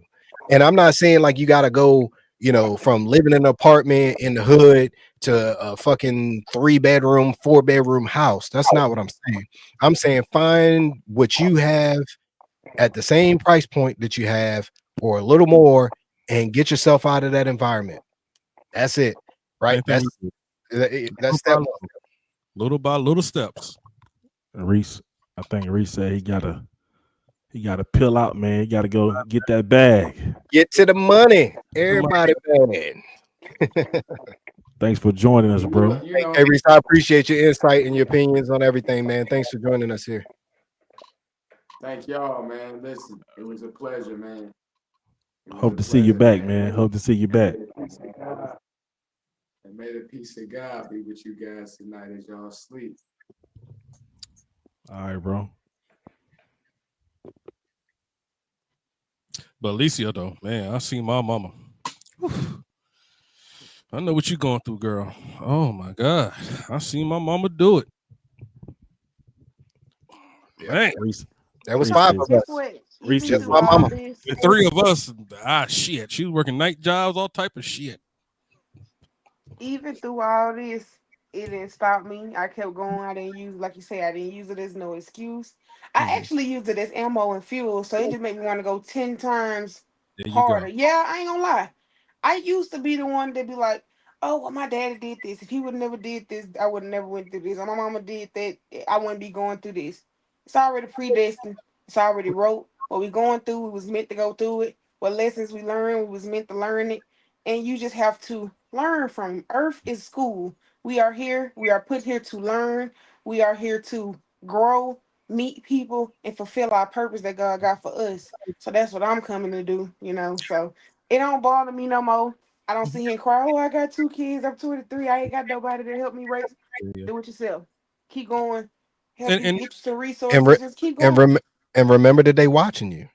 You know what I'm saying? Facts. you know they So here's the thing. Don't bottle any of that shit up, but there's a time and a place for it, right? Like when they Mhm. present, and like you know what it is as a parent, like you got to suppress some stuff sometimes. And then when All you the in that time. when you in that shower, that's your time. You know what I'm saying? Like get that shit out, right?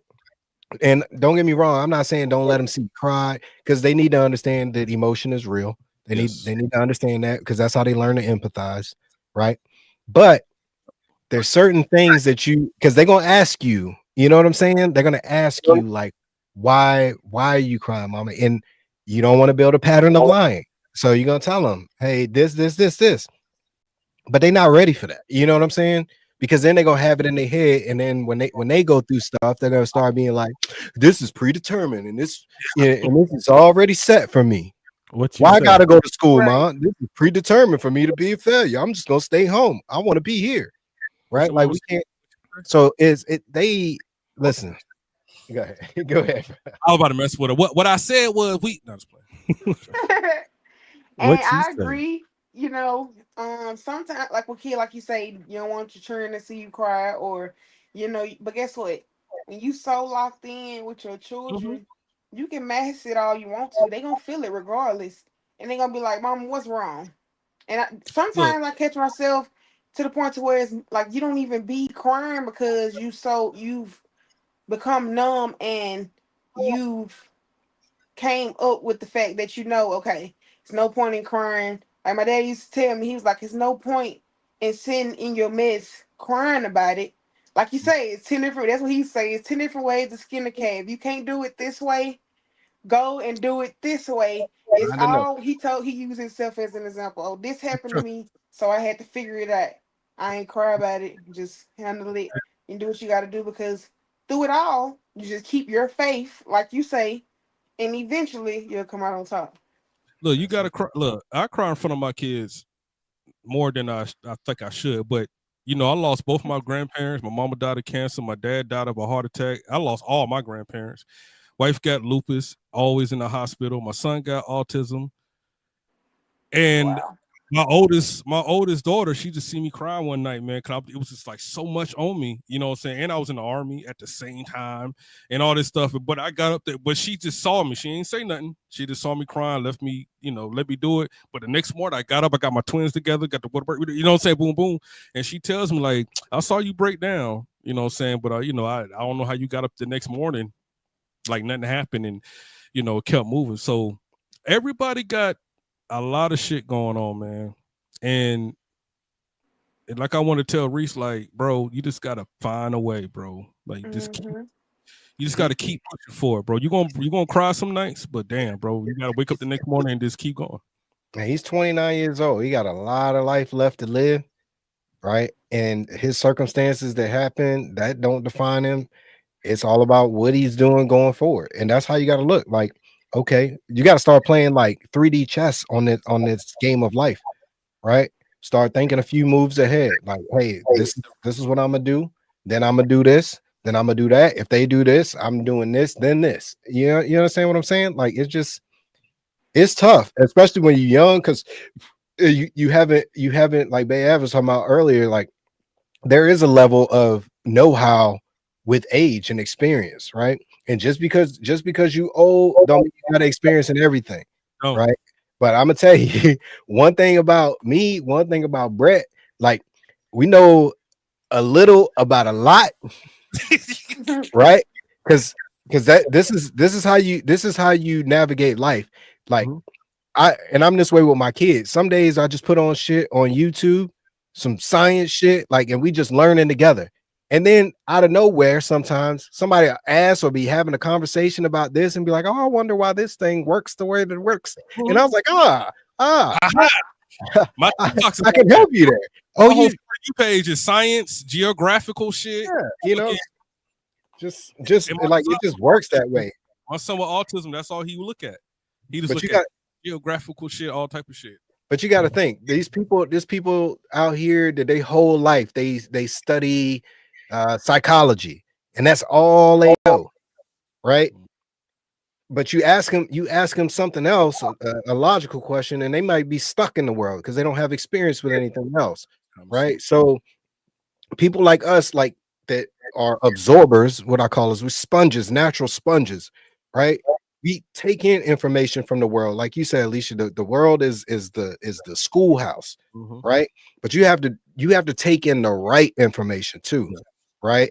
And your brain has to function like a brain and a liver and a kidney at the same time, right? Where information's coming in and it's flushing out all the bad shit that it doesn't need over here, and keeping back here a storage bank of all of this good stuff. Because it's not for you. It's not for you. It's for your babies, right? Trust me. Like, I'm going through it right now. I got a 4th grader and a 5th grader. They do math and English and reading and everything way different. Yeah. Ask me how you do reading different, but that's another story, right? So anyway, I had to literally call the teachers and be like, "Hey, send this stuff to me that you're going over in your classroom, because if you don't do it, I'm going to teach them the way that I know how, which is not conducive for any of their exams and any of the work that they're going to do in their class. So that way I can be an extension of you at home, because you're going to send them home with a bunch of damn homework." That's another topic that I don't want to get on, but like that irks me. All 3 of my kids bring their homework to me. But if they in school 8 hours out of the day, there's no reason they should be bringing anything home. I know. 8 hours out of the day, bringing home anything. It's stupid. All right, that's more than enough hours. But just like I broke that an independent thing, on Wednesday. Like, you didn't even think about 10% of the shit I broke down to you. You know what I'm saying? It's just stuff that I just look up for no reason because I'm low key like a nerd like that. But I just, like I said, just like Mark said, I just know a little about every goddamn thing. And as long as I know a little of it, I can figure out the rest if I really want to. You know? You just got get I call it no, well, it's that, but I mean, you can have Chat GPT all you want, but if you don't have the intellectual curiosity about things, then you'll never seek it. You'll never seek out information. Sometimes you just got to sit back and be like, you know what? Yeah. I want to let me just look this up today. That's I'm looking at stocks. I'm like, I don't do a whole bunch of trading and shit, but I look at stocks. I want to understand the stock market. So when I watch the news, because I watch a lot of news, I ain't gonna lie to you, I watch a lot of news, right? Like I'd rather watch that than a lot of shit, right? But I watch a lot of news and I want to be able to read between the lines. I want to understand what spin is, which is basically a lie by omitting facts, right? I want to know all of these things so that way that you can know what the truth is and make decisions that are best suited for your family off of whatever the current climate is or the current situation is. Like I spend a lot of time doing that, and my kids ask me all the time. They're in, they have that intellectual curiosity, ask me a bunch of stuff, so it's what it is. All right, let me do something real quick. Y'all can go ahead. I'm just looking at something. You know how much shit I know about medicine now because of my wife? Yeah, man. I'm a lupus expert, nigga. I can tell you got lupus, nigga. I can tell you what stage. I can tell you all that shit. Mm-hmm. I know the medicine you're supposed to take, what you're supposed to change next time, boom, boom. But as a husband, I had to know that because she had 3 strokes, so she can't even like speak normally or remember things the right way. So I had to step in and like, well, if she can't tell the doctor what she had, you know what I'm saying, boom, boom, I have to be the one like, no, she was taking this last time. I think, not saying I'm telling the doctor to change it. I'm telling them like, well, just what she was taking, this milligrams, and then boom, boom. And then he'll make the decision, okay, let me change this since you brought that up, boom, boom. You know what I'm saying? A lot of niggas just let this shit, I don't know about that shit. And I hate husbands like that. I'll tell you what, I hate husbands. I hate husbands. It ain't like if you make you pay. And my head go off to you, right? Because like that, like the vials that you make through sickness and health, that shit is real over there. Mm-hmm. And then I got a lot of respect for that, bro. Like I don't like, and this I don't watch like a lot of drama shows. And my old lady, she like to watch drama shows, so I'll watch them with her. But like when I hear like a woman or a man being like, in sickness and health, I don't know if I like, if he gets sick, like who gonna pay my bills? Yeah, that's crazy. Just a lot of people. That's diabolical. Now I'm gonna go get a job and support my significant other, man or woman, right? But like, I can't live taking care of somebody else. Nigga, they've been taking care of you. Like y'all living together. They've been taking care of you for forever. Yes, and a lot of people don't. Glad you did, my Dukes. Good. Mine had 3 back to back. Y'all, crazy. I feel y'all when y'all talk about that, especially you, Brett, because a lot of people don't talk about that sickness through health thing enough. Because imagine being 10 or 11 and your mom having 8 miniature strokes along with open head brain surgery. And as a husband, you are supposed to take care of that, your wife, but you put it on a 10-year-old child because you didn't want to take that, what you say, burden up, as you say. You want to still live your life, but stop a child's. Yeah. Because you can't handle it. That's why. Yeah. So I feel y'all when y'all talk about that because a lot of people don't really take that serious when they marrying somebody or signing vows. But remember we was talking about this in part 1 of the relationship thing where we were talking about like the interview process. Why these questions never come up? Like if we get if we gonna get married, say you get sick or I get sick one day, like Right. what's our plan for that? Like, Yeah. are you strong enough mentally to be there throughout anything? Like, do you have a family history of heart attack, stroke, you know, diabetes, any of those things? Like, we young right now, but like we're gonna get old one day, and these are questions I need to.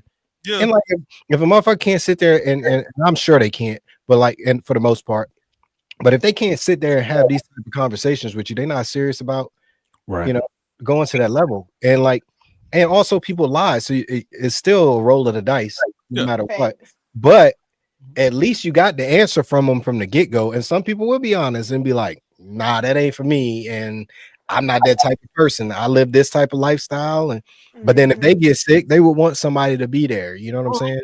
So like it's hard. It's Look, hard. in my household, I operate as a single parent. Not saying that she don't get up and try to do stuff, but stress is what flares her up. Right. Mhm. So I keep all that shit away from her. Like, you know what I'm saying? Now she want to go pick up the kids, because sometimes she go be like, nigga, I'm getting the kids. Like, all right, you can pick them up from school, like, boo. You know what I'm saying? But she knows, like, you don't even have to Don't get out overdo it.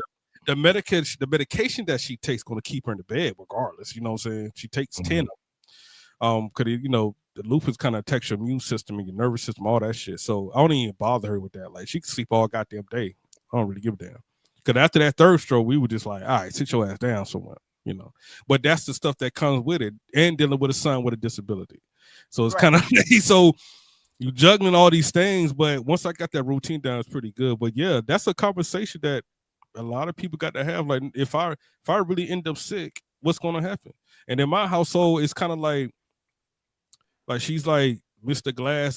What's that movie? Where Bruce Willis was in? Fucking Broken. Yeah. I never been in a hospital day in my damn life. You know what I'm saying? Like, but she's always in a hospital. So God planning, you know what I'm saying? If you want to use that, you know, put me with her, because, you know, maybe he knew that was going to happen, but now I'm over here healthy all the time, knock on wood. And she don't have to worry about nothing, you know, but yeah, that's facts. I agree with you, because it was he put y'all together because he knew you would be the person to do what's right and take care of her in the ways that she needs to be taken care of. Yeah. Same as me in that moment with my mom. Yeah. Big facts. All right, man. So, hey, shout out. Shout out to I was gonna say the other name. Shout out to Britt Holland, man. Man, y'all can shout out to Soup, man. Shout out to Soup. Still call my Soup. Y'all my close niggas. Like, y'all can call me anything. You know what I'm All saying? right. So, I feel like this also can have a part 2. Even though it's I'm pretty sure for others and well for everybody, man. If you go through it, it can be a touchy. It could be a touchy situation. What you say? He said it could be a touchy situation. Yeah, man. But what I want to do, I want to do this real quick, man. So K Reese, I met him in Fayetteville probably about 9 years ago, and we met at a gas station. Didn't know each other from Cat in the Hat, and so I was walking out the store. He was parked in the front of the store, if I remember correctly, and I was just walked to the car. So someone just told me to walk to the car, and I went over there, bro, and I was like, "You do music?" He like, "Yeah, I do music." "You do music?" I'm like, "Yeah, I do music too." And he like, I didn't know him. And some just told me to go to the car and approach him. And he's like, "Where you from, bro?" I'm like, "I live here, but I'm really from Alabama. Like, I'm originally from Alabama." He like, "Yo, that's crazy, bro. I'm from Alabama too." And like, we haven't lost touch since I met him. Like, we dang near talk every day. I mean, we have our spurts where it's months, maybe a year, but like when we get back on track, bro, it's every day. But I do want to play one of his songs so we can kind of fill him out a little bit. K Reese is spiritual, man. He's all about his walk is real, bro. I know. So I respect so that, though. I want to add that, huh? Yeah, You said what? The spirit told me to go to Taco Bell today and get him a taco, the soft chocolate supreme. That's what the spirit was Guess telling me. what? I fuck with that. I fuck with him though. But yeah, man, his walk is real, bro. Like he is my person to go to help me when I'm not feeling life, So I just want to play a little bit of his music, man. Maybe we can kind of see, So here we go, man.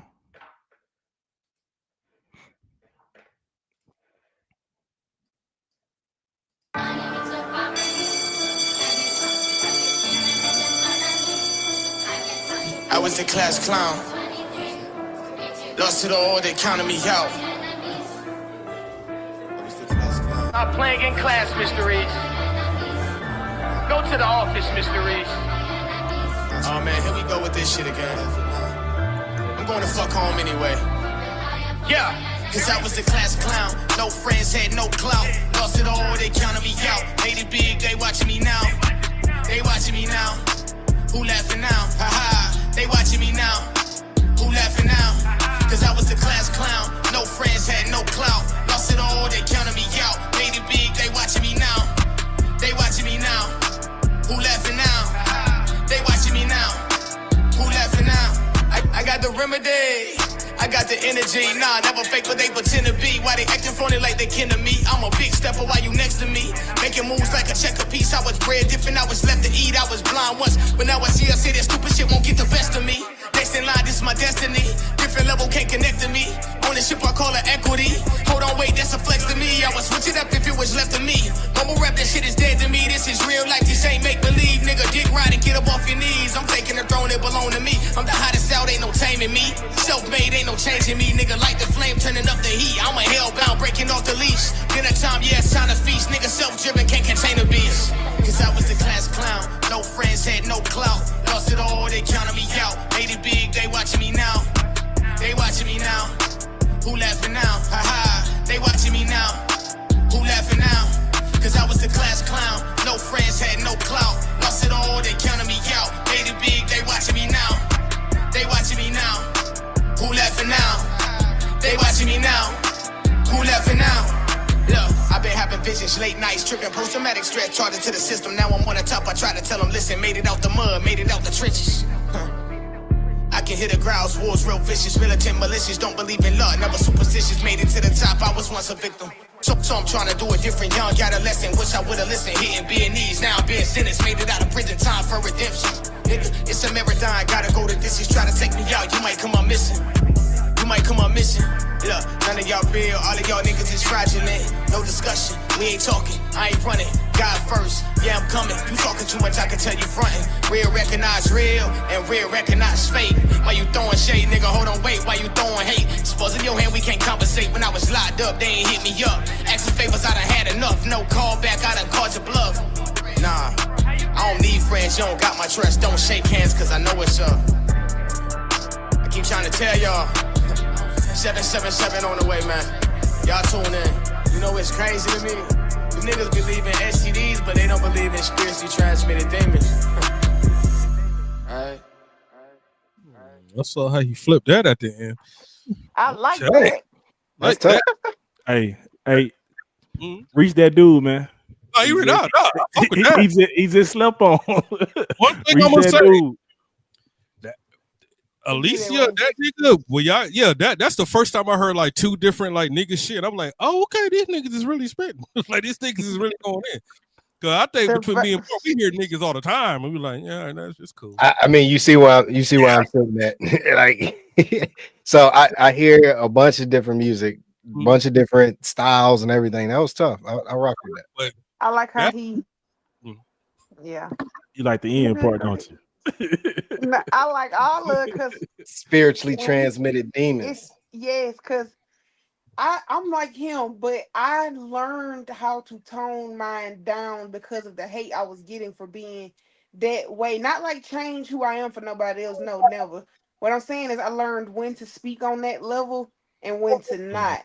Because everybody might not be on that what you own. Like, yeah, we all believe in God, but we you know, everybody don't be on what you on, like speaking into that, you know, as far as spiritually transmitted, you know, like what he's saying, all the spiritual Mhm. aspects he giving, everybody don't believe in it. So I used to be loud about it, but now I still believe in it, but I'm just selective on what I say. So, Alicia, Mm-hmm. you respect yourself, right? Yes. You respect your art. Mm-hmm. You respect your craft. Yes. Then don't ever like I don't if Kanye can get on a damn song for 5 minutes straight talking about poopity scoop, scoopity poop, poopity scoop, you better say the words that you feel that are on your heart and they're on your mind, the way that you want to say them. Right. Be damn like for every listen, for every 1,000 people that listen to your song, you're gonna have 500 people that rock with it and 500 people who gonna find something negative to say. If as an artist, you got to accept that right away and Like I not give a damn. I didn't change my style. Like when I was making the albums in Mark studio, I just went in with my own damn sound, niggas. Like, and he had all type of niggas coming in and out of there, and I heard all type of different shit. But I was like, nah, I'm a spit. Like I'm a storyteller in a way, like boom, boom. And I know like everybody gonna get into it because I'm older for one, and I came from a different era. But at the end of the day, I made it for me, to be honest with you. Like, like I told Av, I get drunk and I hold concerts in my backyard with my own shit. Yeah, man. But I hope Reese he should pop back on you know, different episodes and you know when we do this. But he's you just have to understand him. I'm gonna put it like that. You gotta, if you know, you know. You gotta get to know him, man. He a good guy. Um No, I got much respect for him, man. You need somebody like that around. yeah. I get lost spiritually a Hey, lot. he keep me Nah, he nigga. keep me on track. Yeah. I get lost spiritually a lot. And my brother's the one that puts me back in mode, you know what I'm saying? Because he calls me, he talks to me like how it's K Reese, right? K Reese. K Reese, right? Yeah, he talks to me like that. Then Prophet. he brings me back, you know. So It's I always good to have that kind of person. Yeah. Have that kind of person around. so shouts out to K Reese, man. Hey Reese. Yeah, man. And I say like this: you don't even have to walk like that. It's just you always need somebody in your ear that's gonna tighten you up when them screws loosen up. Hey, man, get back on track, brother. This ain't got to. And we here for him too, though. We hear from him. Oh yeah, most definitely. Everybody. I think tonight we were just giving each other shit back, you know, motivation words back and forth. Literally. Mm-hmm. Because I am never gonna say anything to try to hurt you. I'm only gonna uplift you and give you what right looks like to me through my lens and through my experience. That's it. Yeah. Like I don't want to see anybody doing bad. Like I want to help you as much as I can. So you can ask Alicia after the first episode she joined. When I reached out, what did I ask you? He was like, "How did it go?" Right. Okay. So what then what did I tell you about the show? Like what do we do? It was like, you know, don't take anything personal. We just talking. You know, we you know, having fun. You know, good conversation. You know, basically what we Healthy doing. debate. Exactly. Yep. Yeah. I just I need some ain't of gonna those. lie, and I told you I like the debate. I just be Yeah. I have social anxiety, You y'all. Like be nervous. I see. I be nervous, and I'm a very good talker. But sometimes when I get on here, I keep it short because I get the anxiety come in. You be like, you messing up. So you just sit down and just be quiet. But I be having some good points in my head. But when it starts flowing, I get nervous and just shut it down.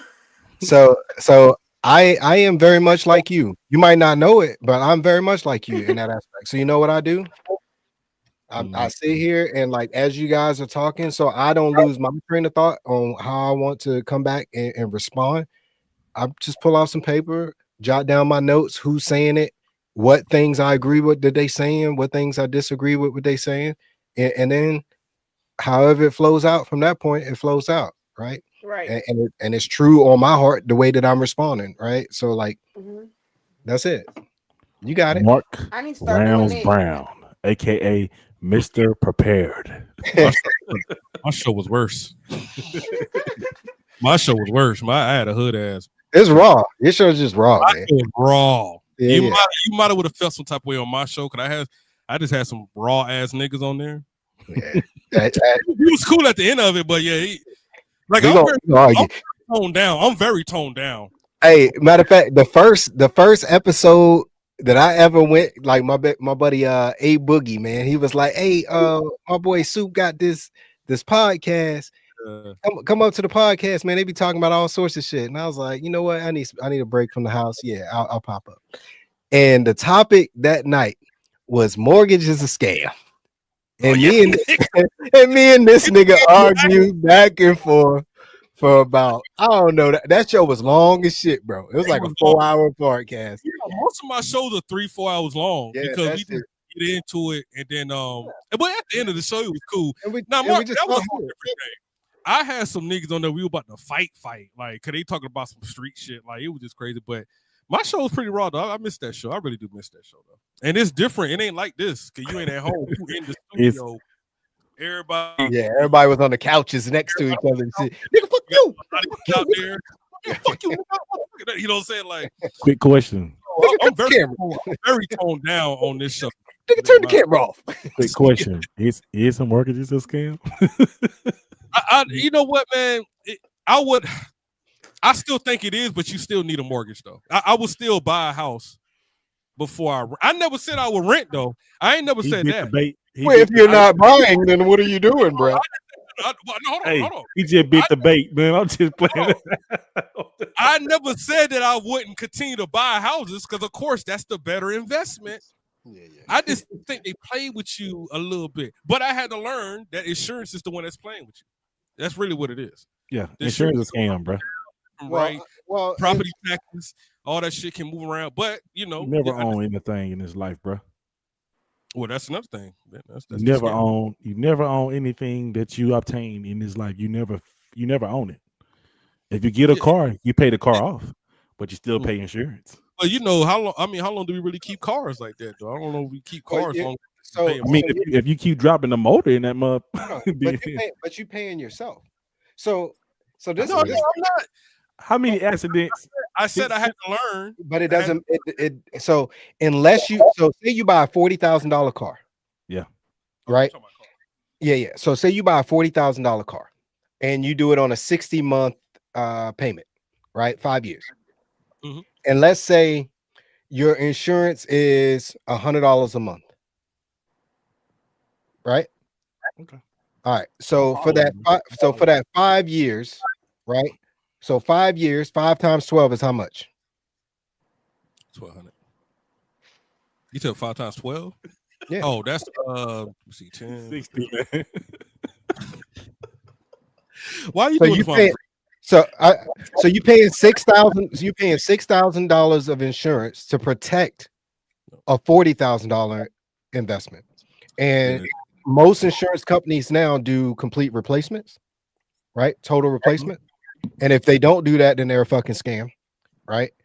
Also, most of them give you like loaner cars and shit like that. So we gotta understand how it actually works before we put information out into the world to be like, hey, this shit is a scam. Avoid. No, I'm not saying nobody's doing that. I'm just saying, like, I like to do the research on stuff. There are some insurance things that are scam. But Brett, you should know this too. If you're a vet and you get a VA loan, your insurance is paid with your mortgage. You're not paying a separate. Like, I need to go get Allstate and all this shit. Also, all of those insurance companies are like franchises, right? When you're insured with Allstate, you're insured with your local Allstate. You got like some broker that's there, so yeah, you could get scammed that way. Right? Somebody new don't know what the hell they doing. You got to do your research before you insure yourself. But your insurance is to cover your investment. Think about that, right? Like if say you spent 60 grand on 2 Bay Ave chains, right? Are you not going to put insurance on that shit? Loss, theft, whatever, and you may never have to use it. But it'd be that one time though that something happened You go out swimming in the ocean and the shit pop off and it's gone. Motherfucking Ariel got your shit. You know what I'm saying? Nemo or one of the motherfuckers. But like, keep swimming, just keep right? swimming. You gonna call your insurance company and they're gonna be like, okay, how much did you spend on that? Okay, how long did you have it? Because their depreciation is real too on your valuables, right? So they might be like, okay, I'll knock a year off. Your 60,000 is now 42,400. But at least you have something now for that thing that you lost, Right. right? So you I own just- it. You I just- own what you own. I just believe this. I still think houses is a scam, but it's a good scam. It's a scam that you know what, you're gonna scam me. I'll do it this way. All right, because I could always flip my house, sell it to whatever, and get my money, get some type of money from it. That's why I'll say it's a scam, but it's a good scam though. And even the thing about cars, they will switch up that body style on your ass, and you're gonna want to buy the new shit. That's the scam. Mhm. So so the only way I feel like you get scammed on a house, that you could ever get scammed on a house, is if you're not paying attention to the market. So like right now, this is not the time to be buying a house. And Right. let me cut in on that. The time to buy a house is like when I bought my house, 2016. 20 So that's I when get bought- so I give you an example. I bought my house for $250,000, right? $250,000. My house today is worth $520,000. Right. So if I went out to try to buy a $250,000 house, Mhm. I could buy it, but at somewhere around 480 to 520. Mhm. And then when the market flips, I have negative equity in this house, big time. So that's what happened with the house I had in Fayetteville. I bought it for $230. By the time I sold it, it was almost $400. Right, that's easy bank. But the house I got here in South Carolina, the week before I signed the paper, it was like 380. Right, a week passed, it went up to 420, nigga. Just because of the fucking material went up and that. I was like, what the fuck just happened in a week? Yeah, But lumber cost. Yeah, that's what I'm saying. That's how fast shit be moving, bro.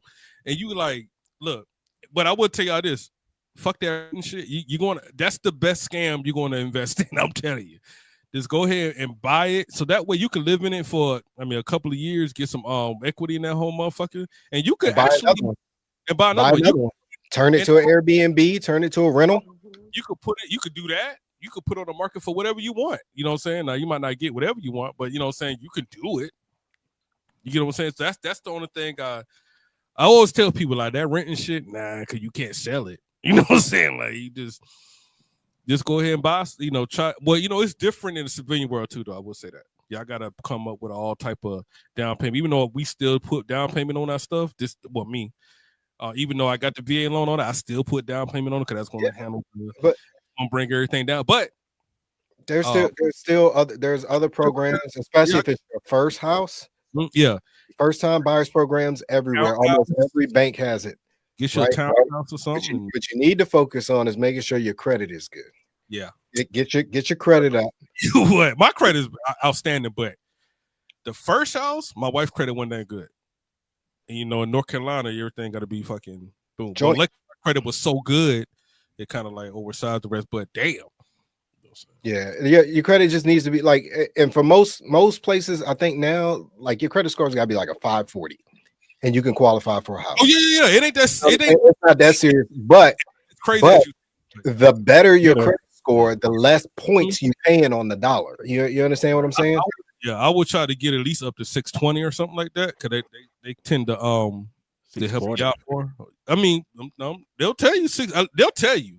Yeah, you got 620, boom, boom. Even though they can do lower or whatever, but I would say just to like get you in somewhere, at least 620, at least that. Of course, anything higher that's going to get you anything, it's going to be better for you. Yeah,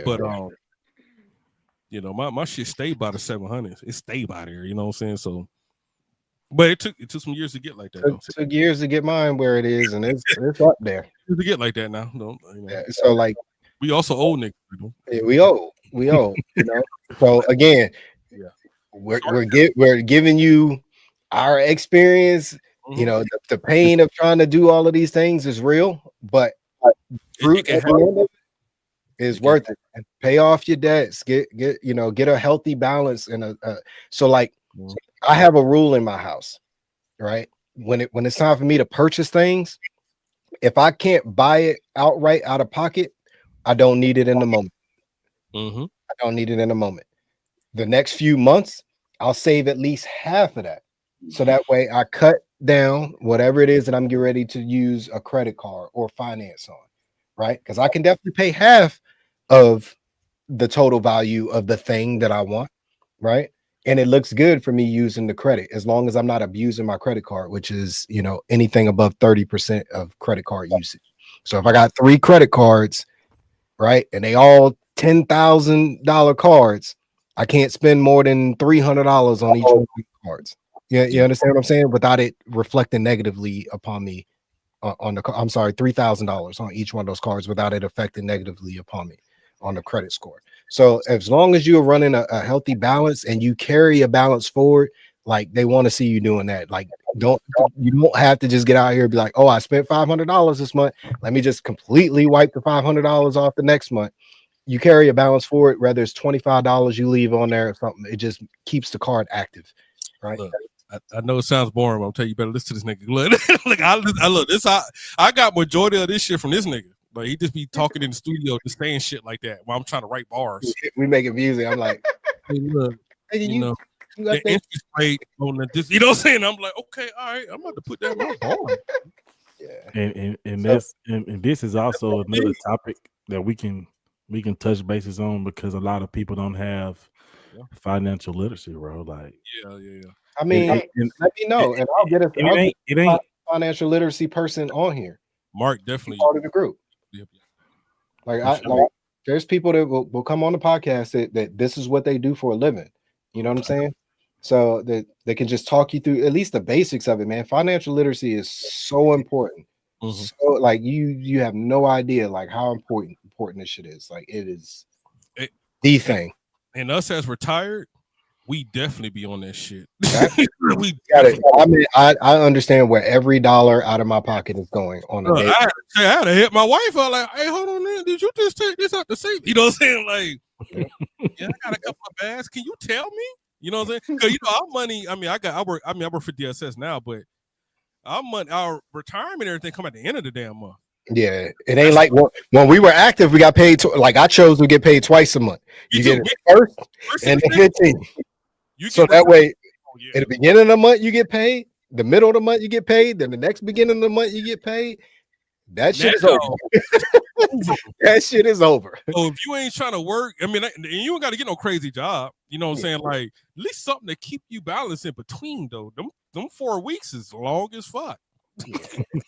So I'm at the stage now. I'm using ETFs to keep me balanced in the middle. Gotcha. So like I just pull money out of like my Robinhood if I need to for that.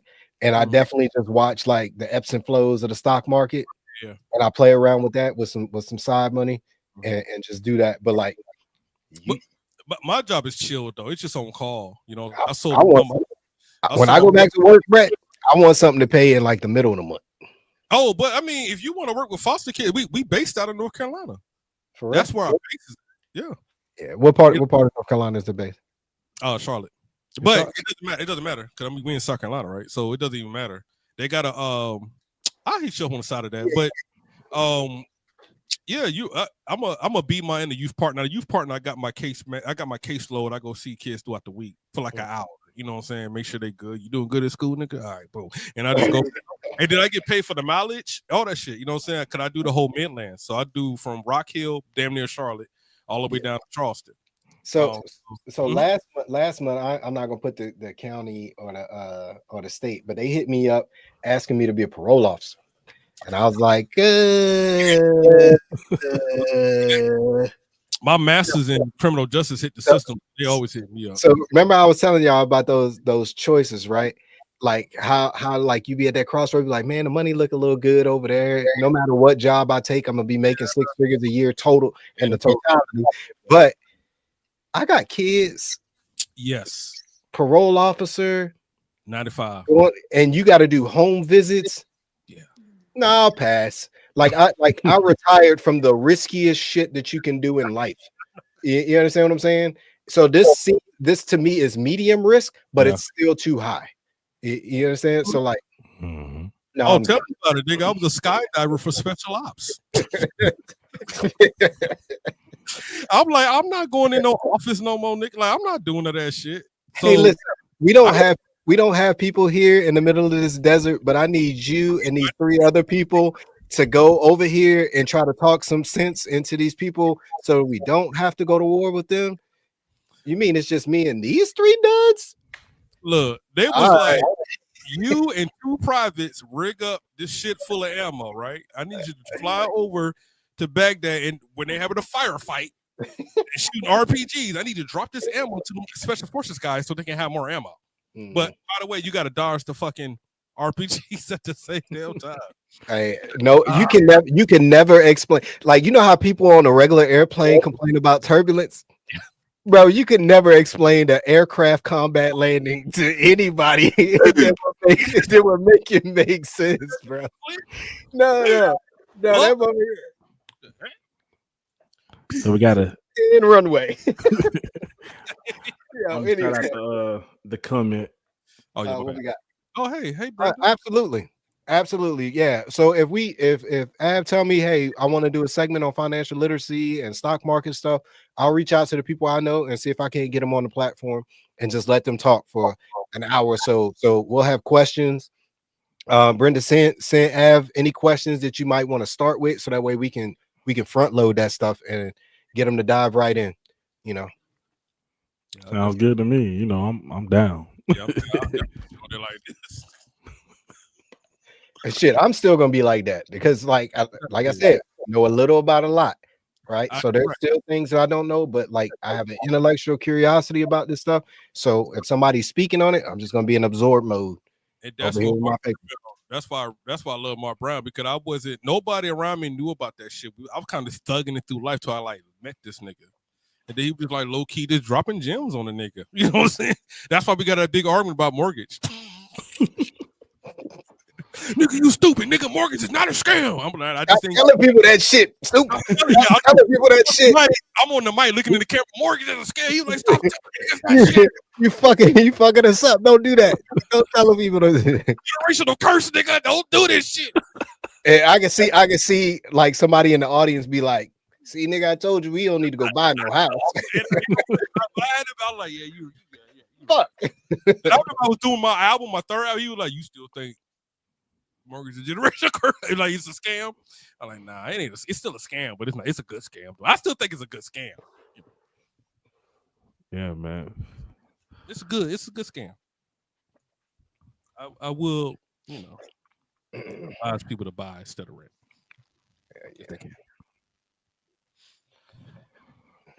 This house ain't gonna last long either. I'm about to flip this bitch. So I'm at the stage now, man. Maybe I care a little bit too much about like my kids' opinions and shit at their age. They barely 10 years old, 9 years old. But I was like, what if dad wants to sell the house and like, let's move? And he'd be like, move? Sell the house? We grew up here. We're not moving anywhere. No. I gotta get new friends and go to a new school. Dad, no. I couldn't do it in Fayetteville, bro. I couldn't do it in Fayetteville, no, bro. I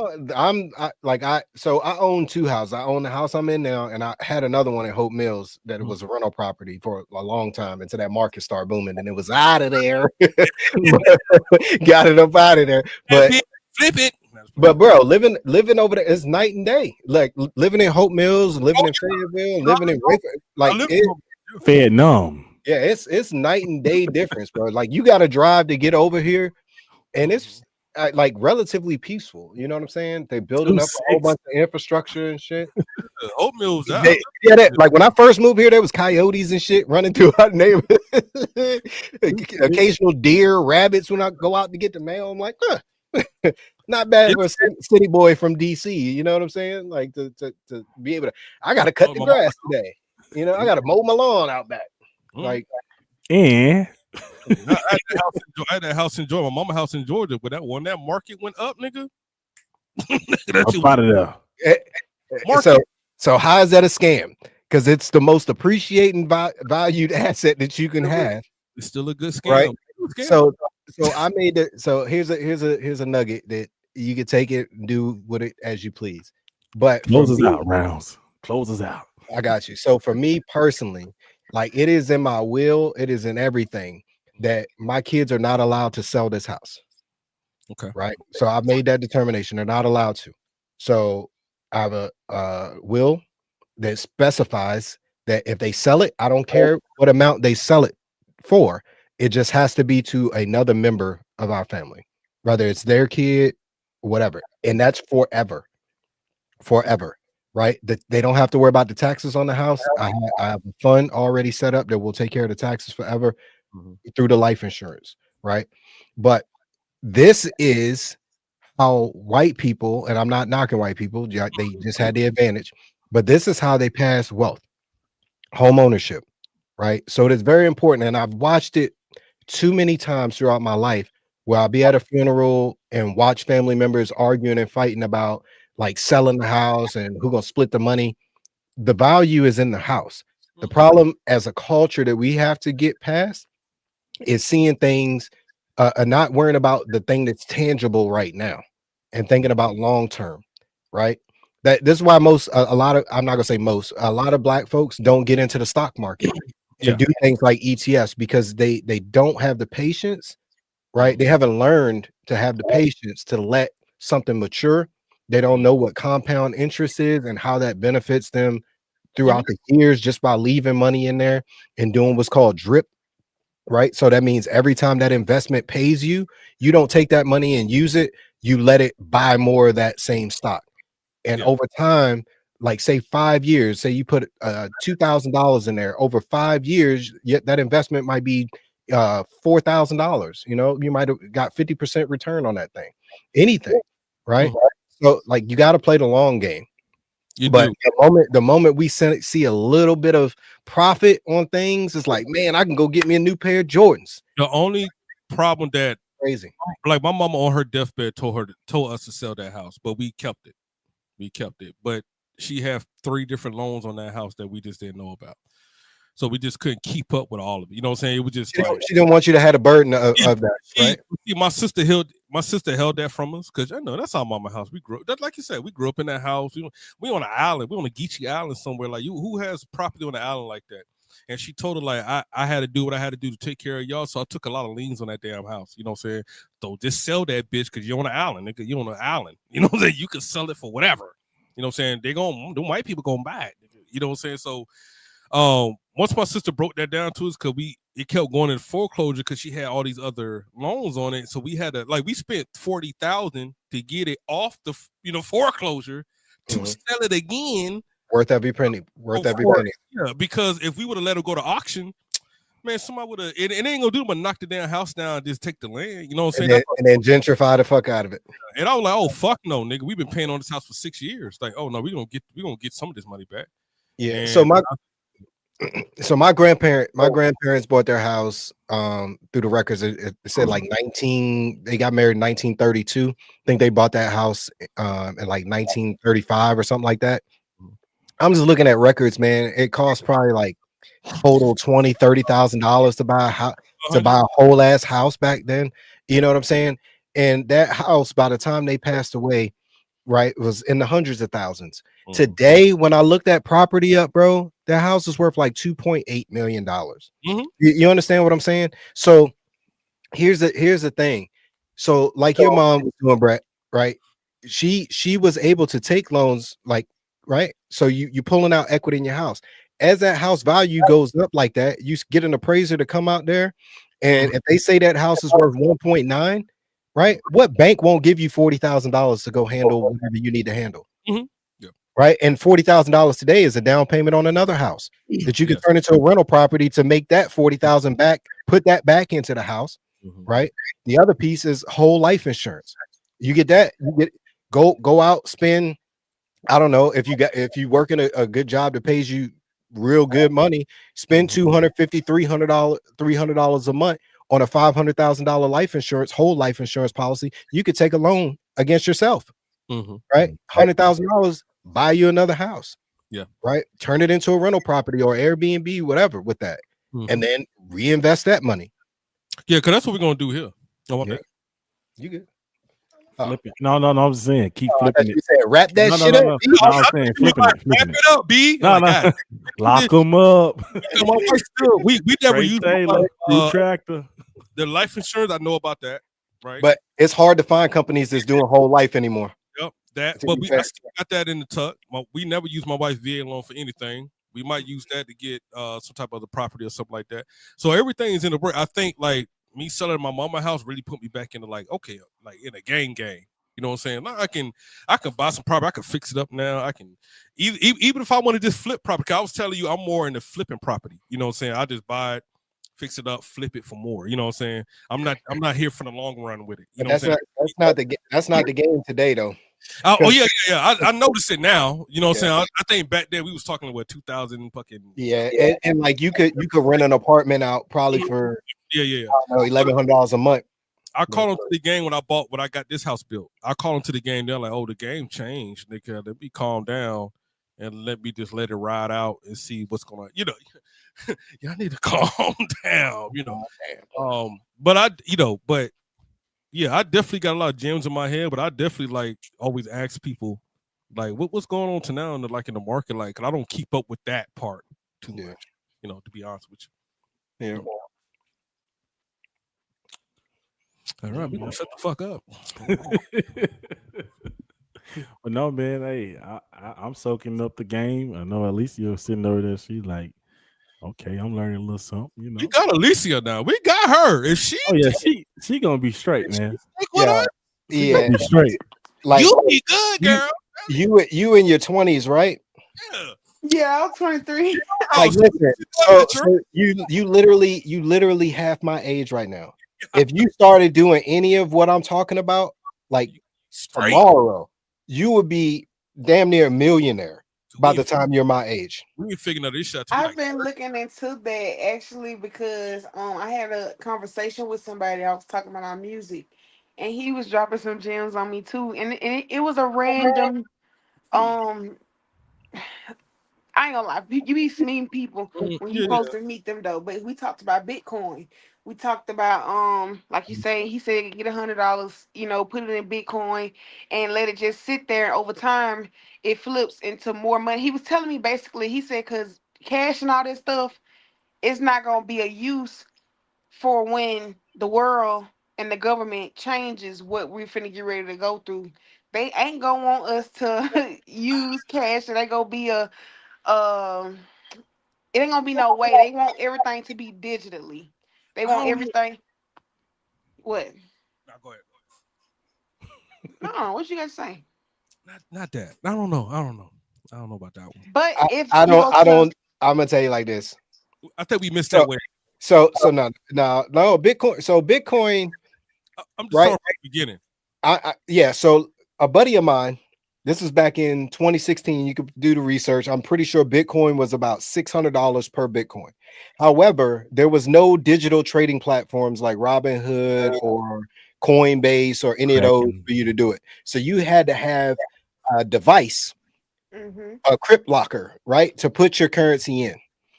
And Mark Brown back then was like, nigga, money that I can't touch, that's not, and I don't have access to it, and I can't pull it out of an ATM. I wasn't rocking with that. Shame on me, because like at that time, like I had just got an Army bonus. I could have took 10 grand of that and bought Bitcoins, right? And them things over $100 each today, 100,000 each today. Yeah, 100,000 each. Now back Easy. in 2005, when I was in Iraq, they was like half a fucking cent. Yeah. But we was so young. I'm like, what the fuck is Bitcoin? Nobody knew. What you say? We like this some scam shit. One of my What you niggas I say? was in Iraq with, we was in a tent, and he kept like, "Hey man, but you know, I'm always like, you get rich quick scheme. I ain't got time for that boom boom." And that nigga did that shit. I think that nigga, and we got a bonus over there. And everything, yeah. But that nigga, he bought like. So hold up, Brett. Hold up 1 second. So see how he's got that up, and it's 106,000 right now. Yeah. Today would be your day to put $100 into that right now. Matter of fact, watch this. It's my sign. I've been seeing this stuff all week. Y'all brought it up again. Now hold up. Long story short, So you see this, right? Yeah. All right, watch this. We're gonna go to Bitcoin just like he just did. Because that thing, like he said, it's 106,000. So right now,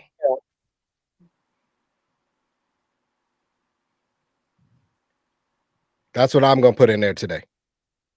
By our next episode, I'm gonna show you this value. Right? That's done. Boom. Right? The next episode that we do on here, the next Friday or whenever we do the show, I'm gonna show you. Do you know why I bought it? This is called buying the dip. If you'd have looked at Bitcoin about 5 days ago, it was trending down, but it was still over 120,000. Right? So here's the thing that you want to do with if you got the Robinhood app, right? Let me get this do not disturb off my screen. In the top corner up here, there's a little bell. So I'm going to click on this bell. It gives me two options. Okay. The options are price moves below 100,000 and price moves, and you can edit this to change and do it however you want. But for me, I got price moves above $120,000 and the price moves below $100,000. All right. So I'm going to get notified whether it's in the middle of the night or not. And I'm going to wake up. And if that thing is over 100 and what was it just at 108, 106? Okay. So it's at 106. So already today, with me just putting that $1,000 in there, I'm losing $9.28. That's okay. Because I'm not worried about that, because there's a little line that you got to pay attention to.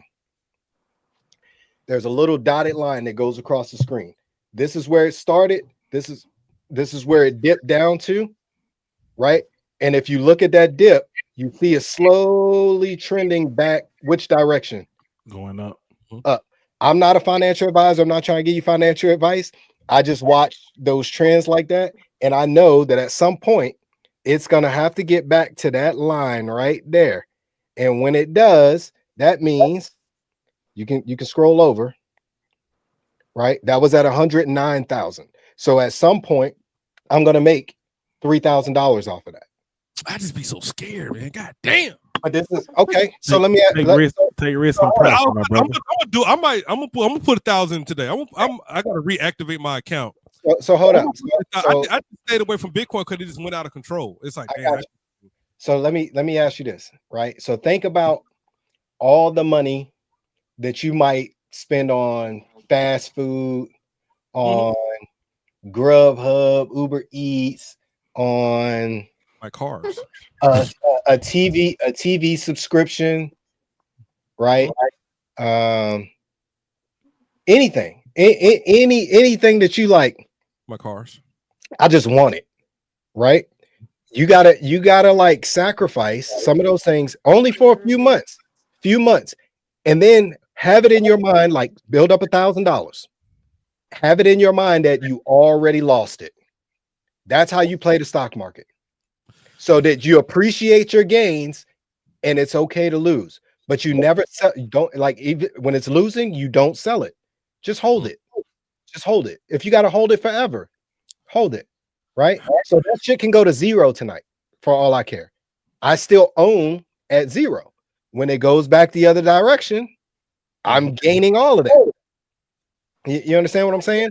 So no matter what, it's there. And then if you like, I just don't, it's not worth the risk to me. Get your money back. Wait for it to get back to your money, then pull it out. But I like the long game. And for Bitcoin, though, that's not a long game thing, right? Like at this stage, I don't have it to buy a whole Bitcoin, $100,000 just dropping it on there, right? I don't have that. So I'm not going to do that. But what I can do is ride the wave with what I can afford. And that was $50. Put that there. If that shit ticks up to 100 and that's what works for you, boom, pull the 50 out, right? And let that other 50 keep riding. Right?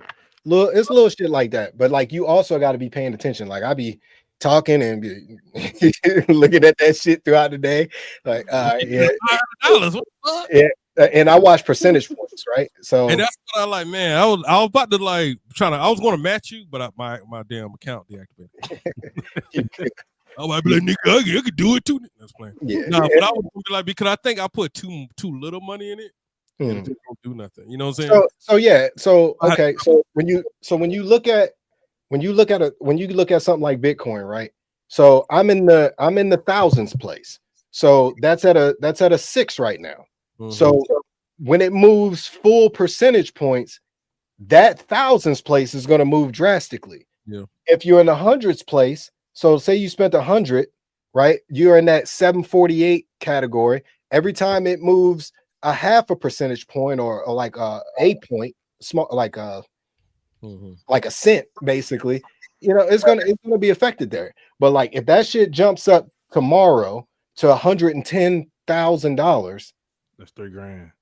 you understand what I'm saying? $4,000 I just made.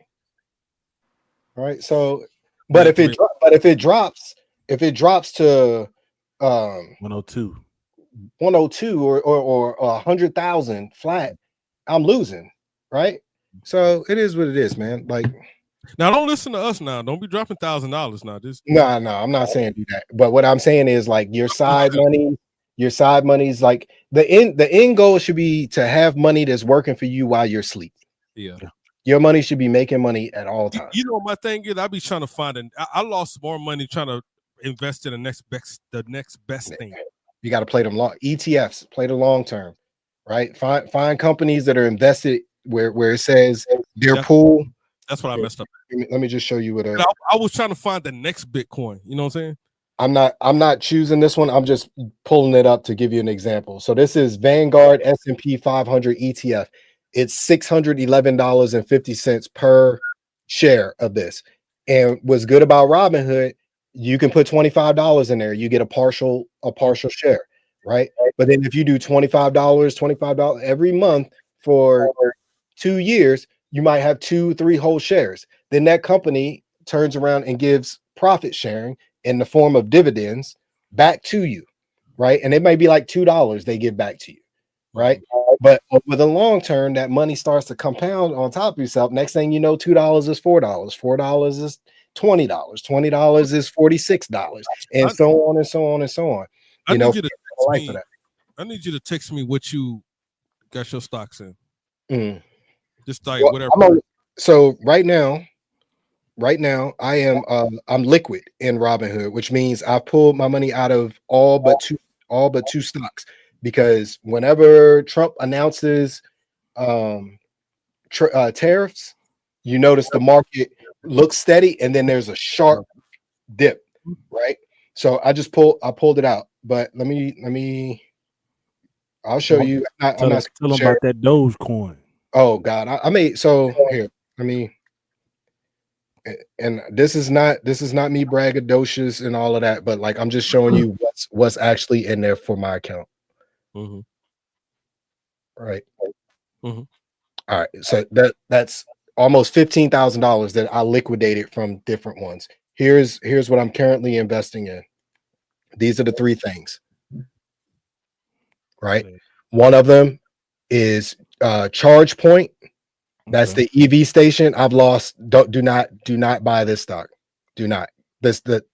So ChargePoint, Johnson & Johnson is a good one. So you want to look for companies that's got long histories in the market, long stable histories in the market, right? So like you make your investment in there and they pay a dividend. So I usually don't do a bunch of individual stocks. I find ETFs like the one I just showed you, and I would just go buy, I don't know, 4 or 5 of the shares at $340 something, and then put on drip. The term ETF is the term of the companies that you invested in. Yeah. So like let's go back to the ETF because I didn't finish breaking it down.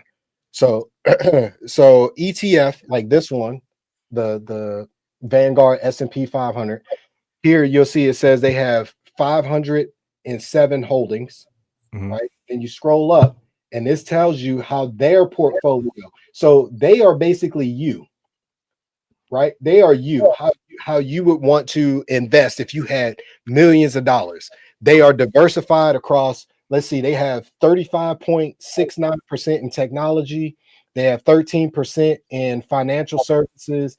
10% is going to consumer cyclical. They have 10.5 in communications, 8.8% in healthcare, 7.52 in industrials, 4.91% in consumer defense, 2.9% in energy, 1.94 real estate, 2.35 utilities, and then 1.58 basic materials. So they are investing all across the different sectors.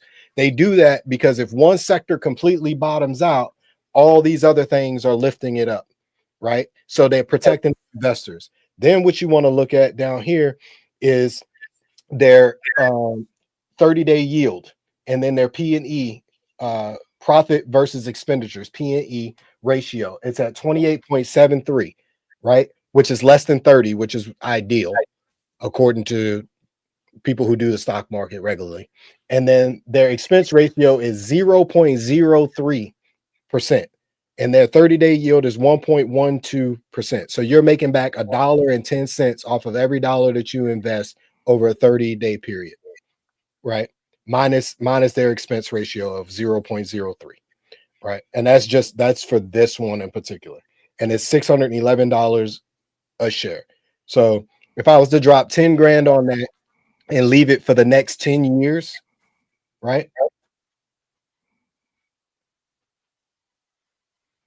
Every year I'm pulling in, I don't know, another $1,000. And then that money will start to compound on top of each other. Then the 1,000 will become 3,000 and so on and so on. Right. But there's some that are a little bit more risky, right? They have a higher yield, meaning like their return to investor might be like 7%, right? But they are taking more risks. So they are more risk to lose some of your money, right?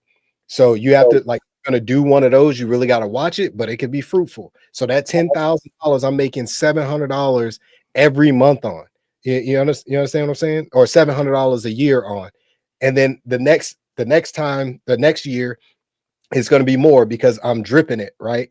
So that's my investment, just basically dividend reinvestment plan or whatever. So the money is automatically going back to buy more of that same stock and more, because they pay you basically for you putting money in there to help own these companies. They pay you just for owning the stock. That's what a dividend is, right? So they're paying you back with interest, and some of those interest rates are high, but they are risky. They are making changes and doing things to try to make their company more money, right? But you benefit and you lose with them. So there's a lot to that, man. But you got to get it. You got to get it to. And thanks, like have bought up Dogecoin, and Brett bought up like the get rich quick thing. So I bought in Dogecoin when that shit was less than a nickel. It was less than 5 cents. I bought a lot of it. If you remember, Am, I bought a lot. That's what I was looking for, like the next Bitcoin, right? But I and then that shit jumped up to 40, almost 40 cents, right? And I was like, you know what? That peak is high enough for me. I'm gonna take that and get the fuck out, right? That was 10 grand, a 10 grand decision. And I'm glad I pulled it out then, because it sure enough started to go back the other way, right? And now it's holding steady, I think somewhere around 27 cents. But anyway, so I still would have profited off it. But like you have to watch and just make the decision on your own, what's in your best interest. But for me, everything that's in there does not hurt my family, doesn't affect my mortgage. You know, I'm living fine, right? So that's you gotta take the time to save, specifically knowing you. It's like going to the casino. Yeah. Like now I can do it. You know what I'm saying? But it's literally like going to a casino, right? Mm-hmm. If you go into a casino, let's say you go into the casino with $200, you've already put it in your mind that you're okay with losing the $200, right? That's literally what the stock market is, except it's better odds and less risky. I tell people all the time, you gotta have money to lose to like invest, like really. You know what I'm saying? Like you gotta not even think about that. Like the money you want to invest. You know, some people they go for broke. They put every goddamn thing in that money. But there's no excuse. You could do this shit with $1. Yeah. You can do $1 a week or whatever you want to do. You just gotta find. You gotta put like I got stick with it, right? Turn that. Calm down. That's what I need to do. But I lost money investment more than anything. But I didn't do my research either on whatever the fuck I was investing. Yeah. And like I said, I'm not a financial advisor. I'm not trying to tell you what to invest in. For me, I know that the long-term gains are better. Yeah. And then these things, because you're gonna have to set, and everything I do, I set beneficiaries. So if something happens to me, this account just doesn't go away into the ether and they take my money back. That account goes to my kids, but it doesn't go to my kids. This account doesn't go to my kids until they're 25 years old. So they're 10 now. So that gives this 15 years to compound interest over however much time. And then that money that I showed you, the reason I was comfortable liquidating is because if you have Robinhood Gold, which is $5 a month, right? You earn 3.75% interest on money that's just sitting there. So while the market is doing that dip, I'm contemplating and looking at where I want to move my money to next. But while that's happening, it's gaining interest, right? So give you an example because it tells you right here, right? So lifetime interest paid versus interest occurred this month. Now keep in mind, I just liquidated that 2 days ago. The interest that is secured already is $14 in a matter of days. So in a year's time, if I don't decide to put that same amount of money into across the board and other stocks, right? That's gonna be a healthy amount of money in interest just for having money there. Your bank pays 0.2% or some shit like that. Matter of fact, let me look up real quick. Like your average savings account. I got a savings account. You know how much money is in that shit? $500. Because that savings account does not make me any money at all. Right. So Robinhood is now my savings account. So my car breakdown, I can pull liquid from here the same way I could from a bank. Right? Except I'm making way more interest. So let me see average savings account. Yeah, a lot of people don't do this stuff just because they're afraid. So okay, so here we go. Traditional savings account today, 0.40 annual percentage. A high yield savings account, the national average is 1.72% APY. 1.72%. That's $1.72 on every dollar. On every $100 that you have in the bank. I got what you're doing. Yeah, you just using your investment accounts because it's going to keep generating more. Yeah, and when the Fed changed the rate, they lowered it by 0.25%. That's why it's 3.75. It was 4%. Gotcha. You understand what I'm saying? So they can play that game. Now, when it goes down, like if they lower the interest rates to the point where they're on par with like my regular savings account, then I'll just, I don't know, spread it back across ETFs again. Yeah. Right.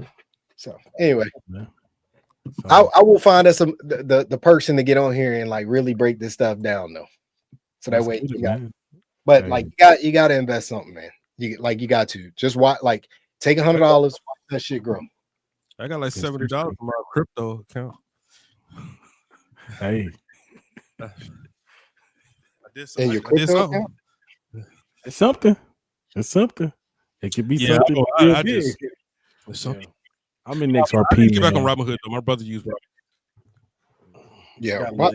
So why should I tell you though? So either I'm gonna have a horror story for you the next time we talk about the $1,000 that I put on. It is what it is.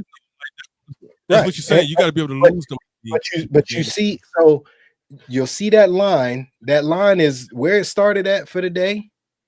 Right. And sometimes they have pre-market, so the curve will be a little bit up, but it at least has to get back to that baseline at some point. Right. Yeah. Right? Because people are investing in Bitcoin. Right. But over the past few months, that shit been on its way to 200K. I guess right? I'm gonna put a little something.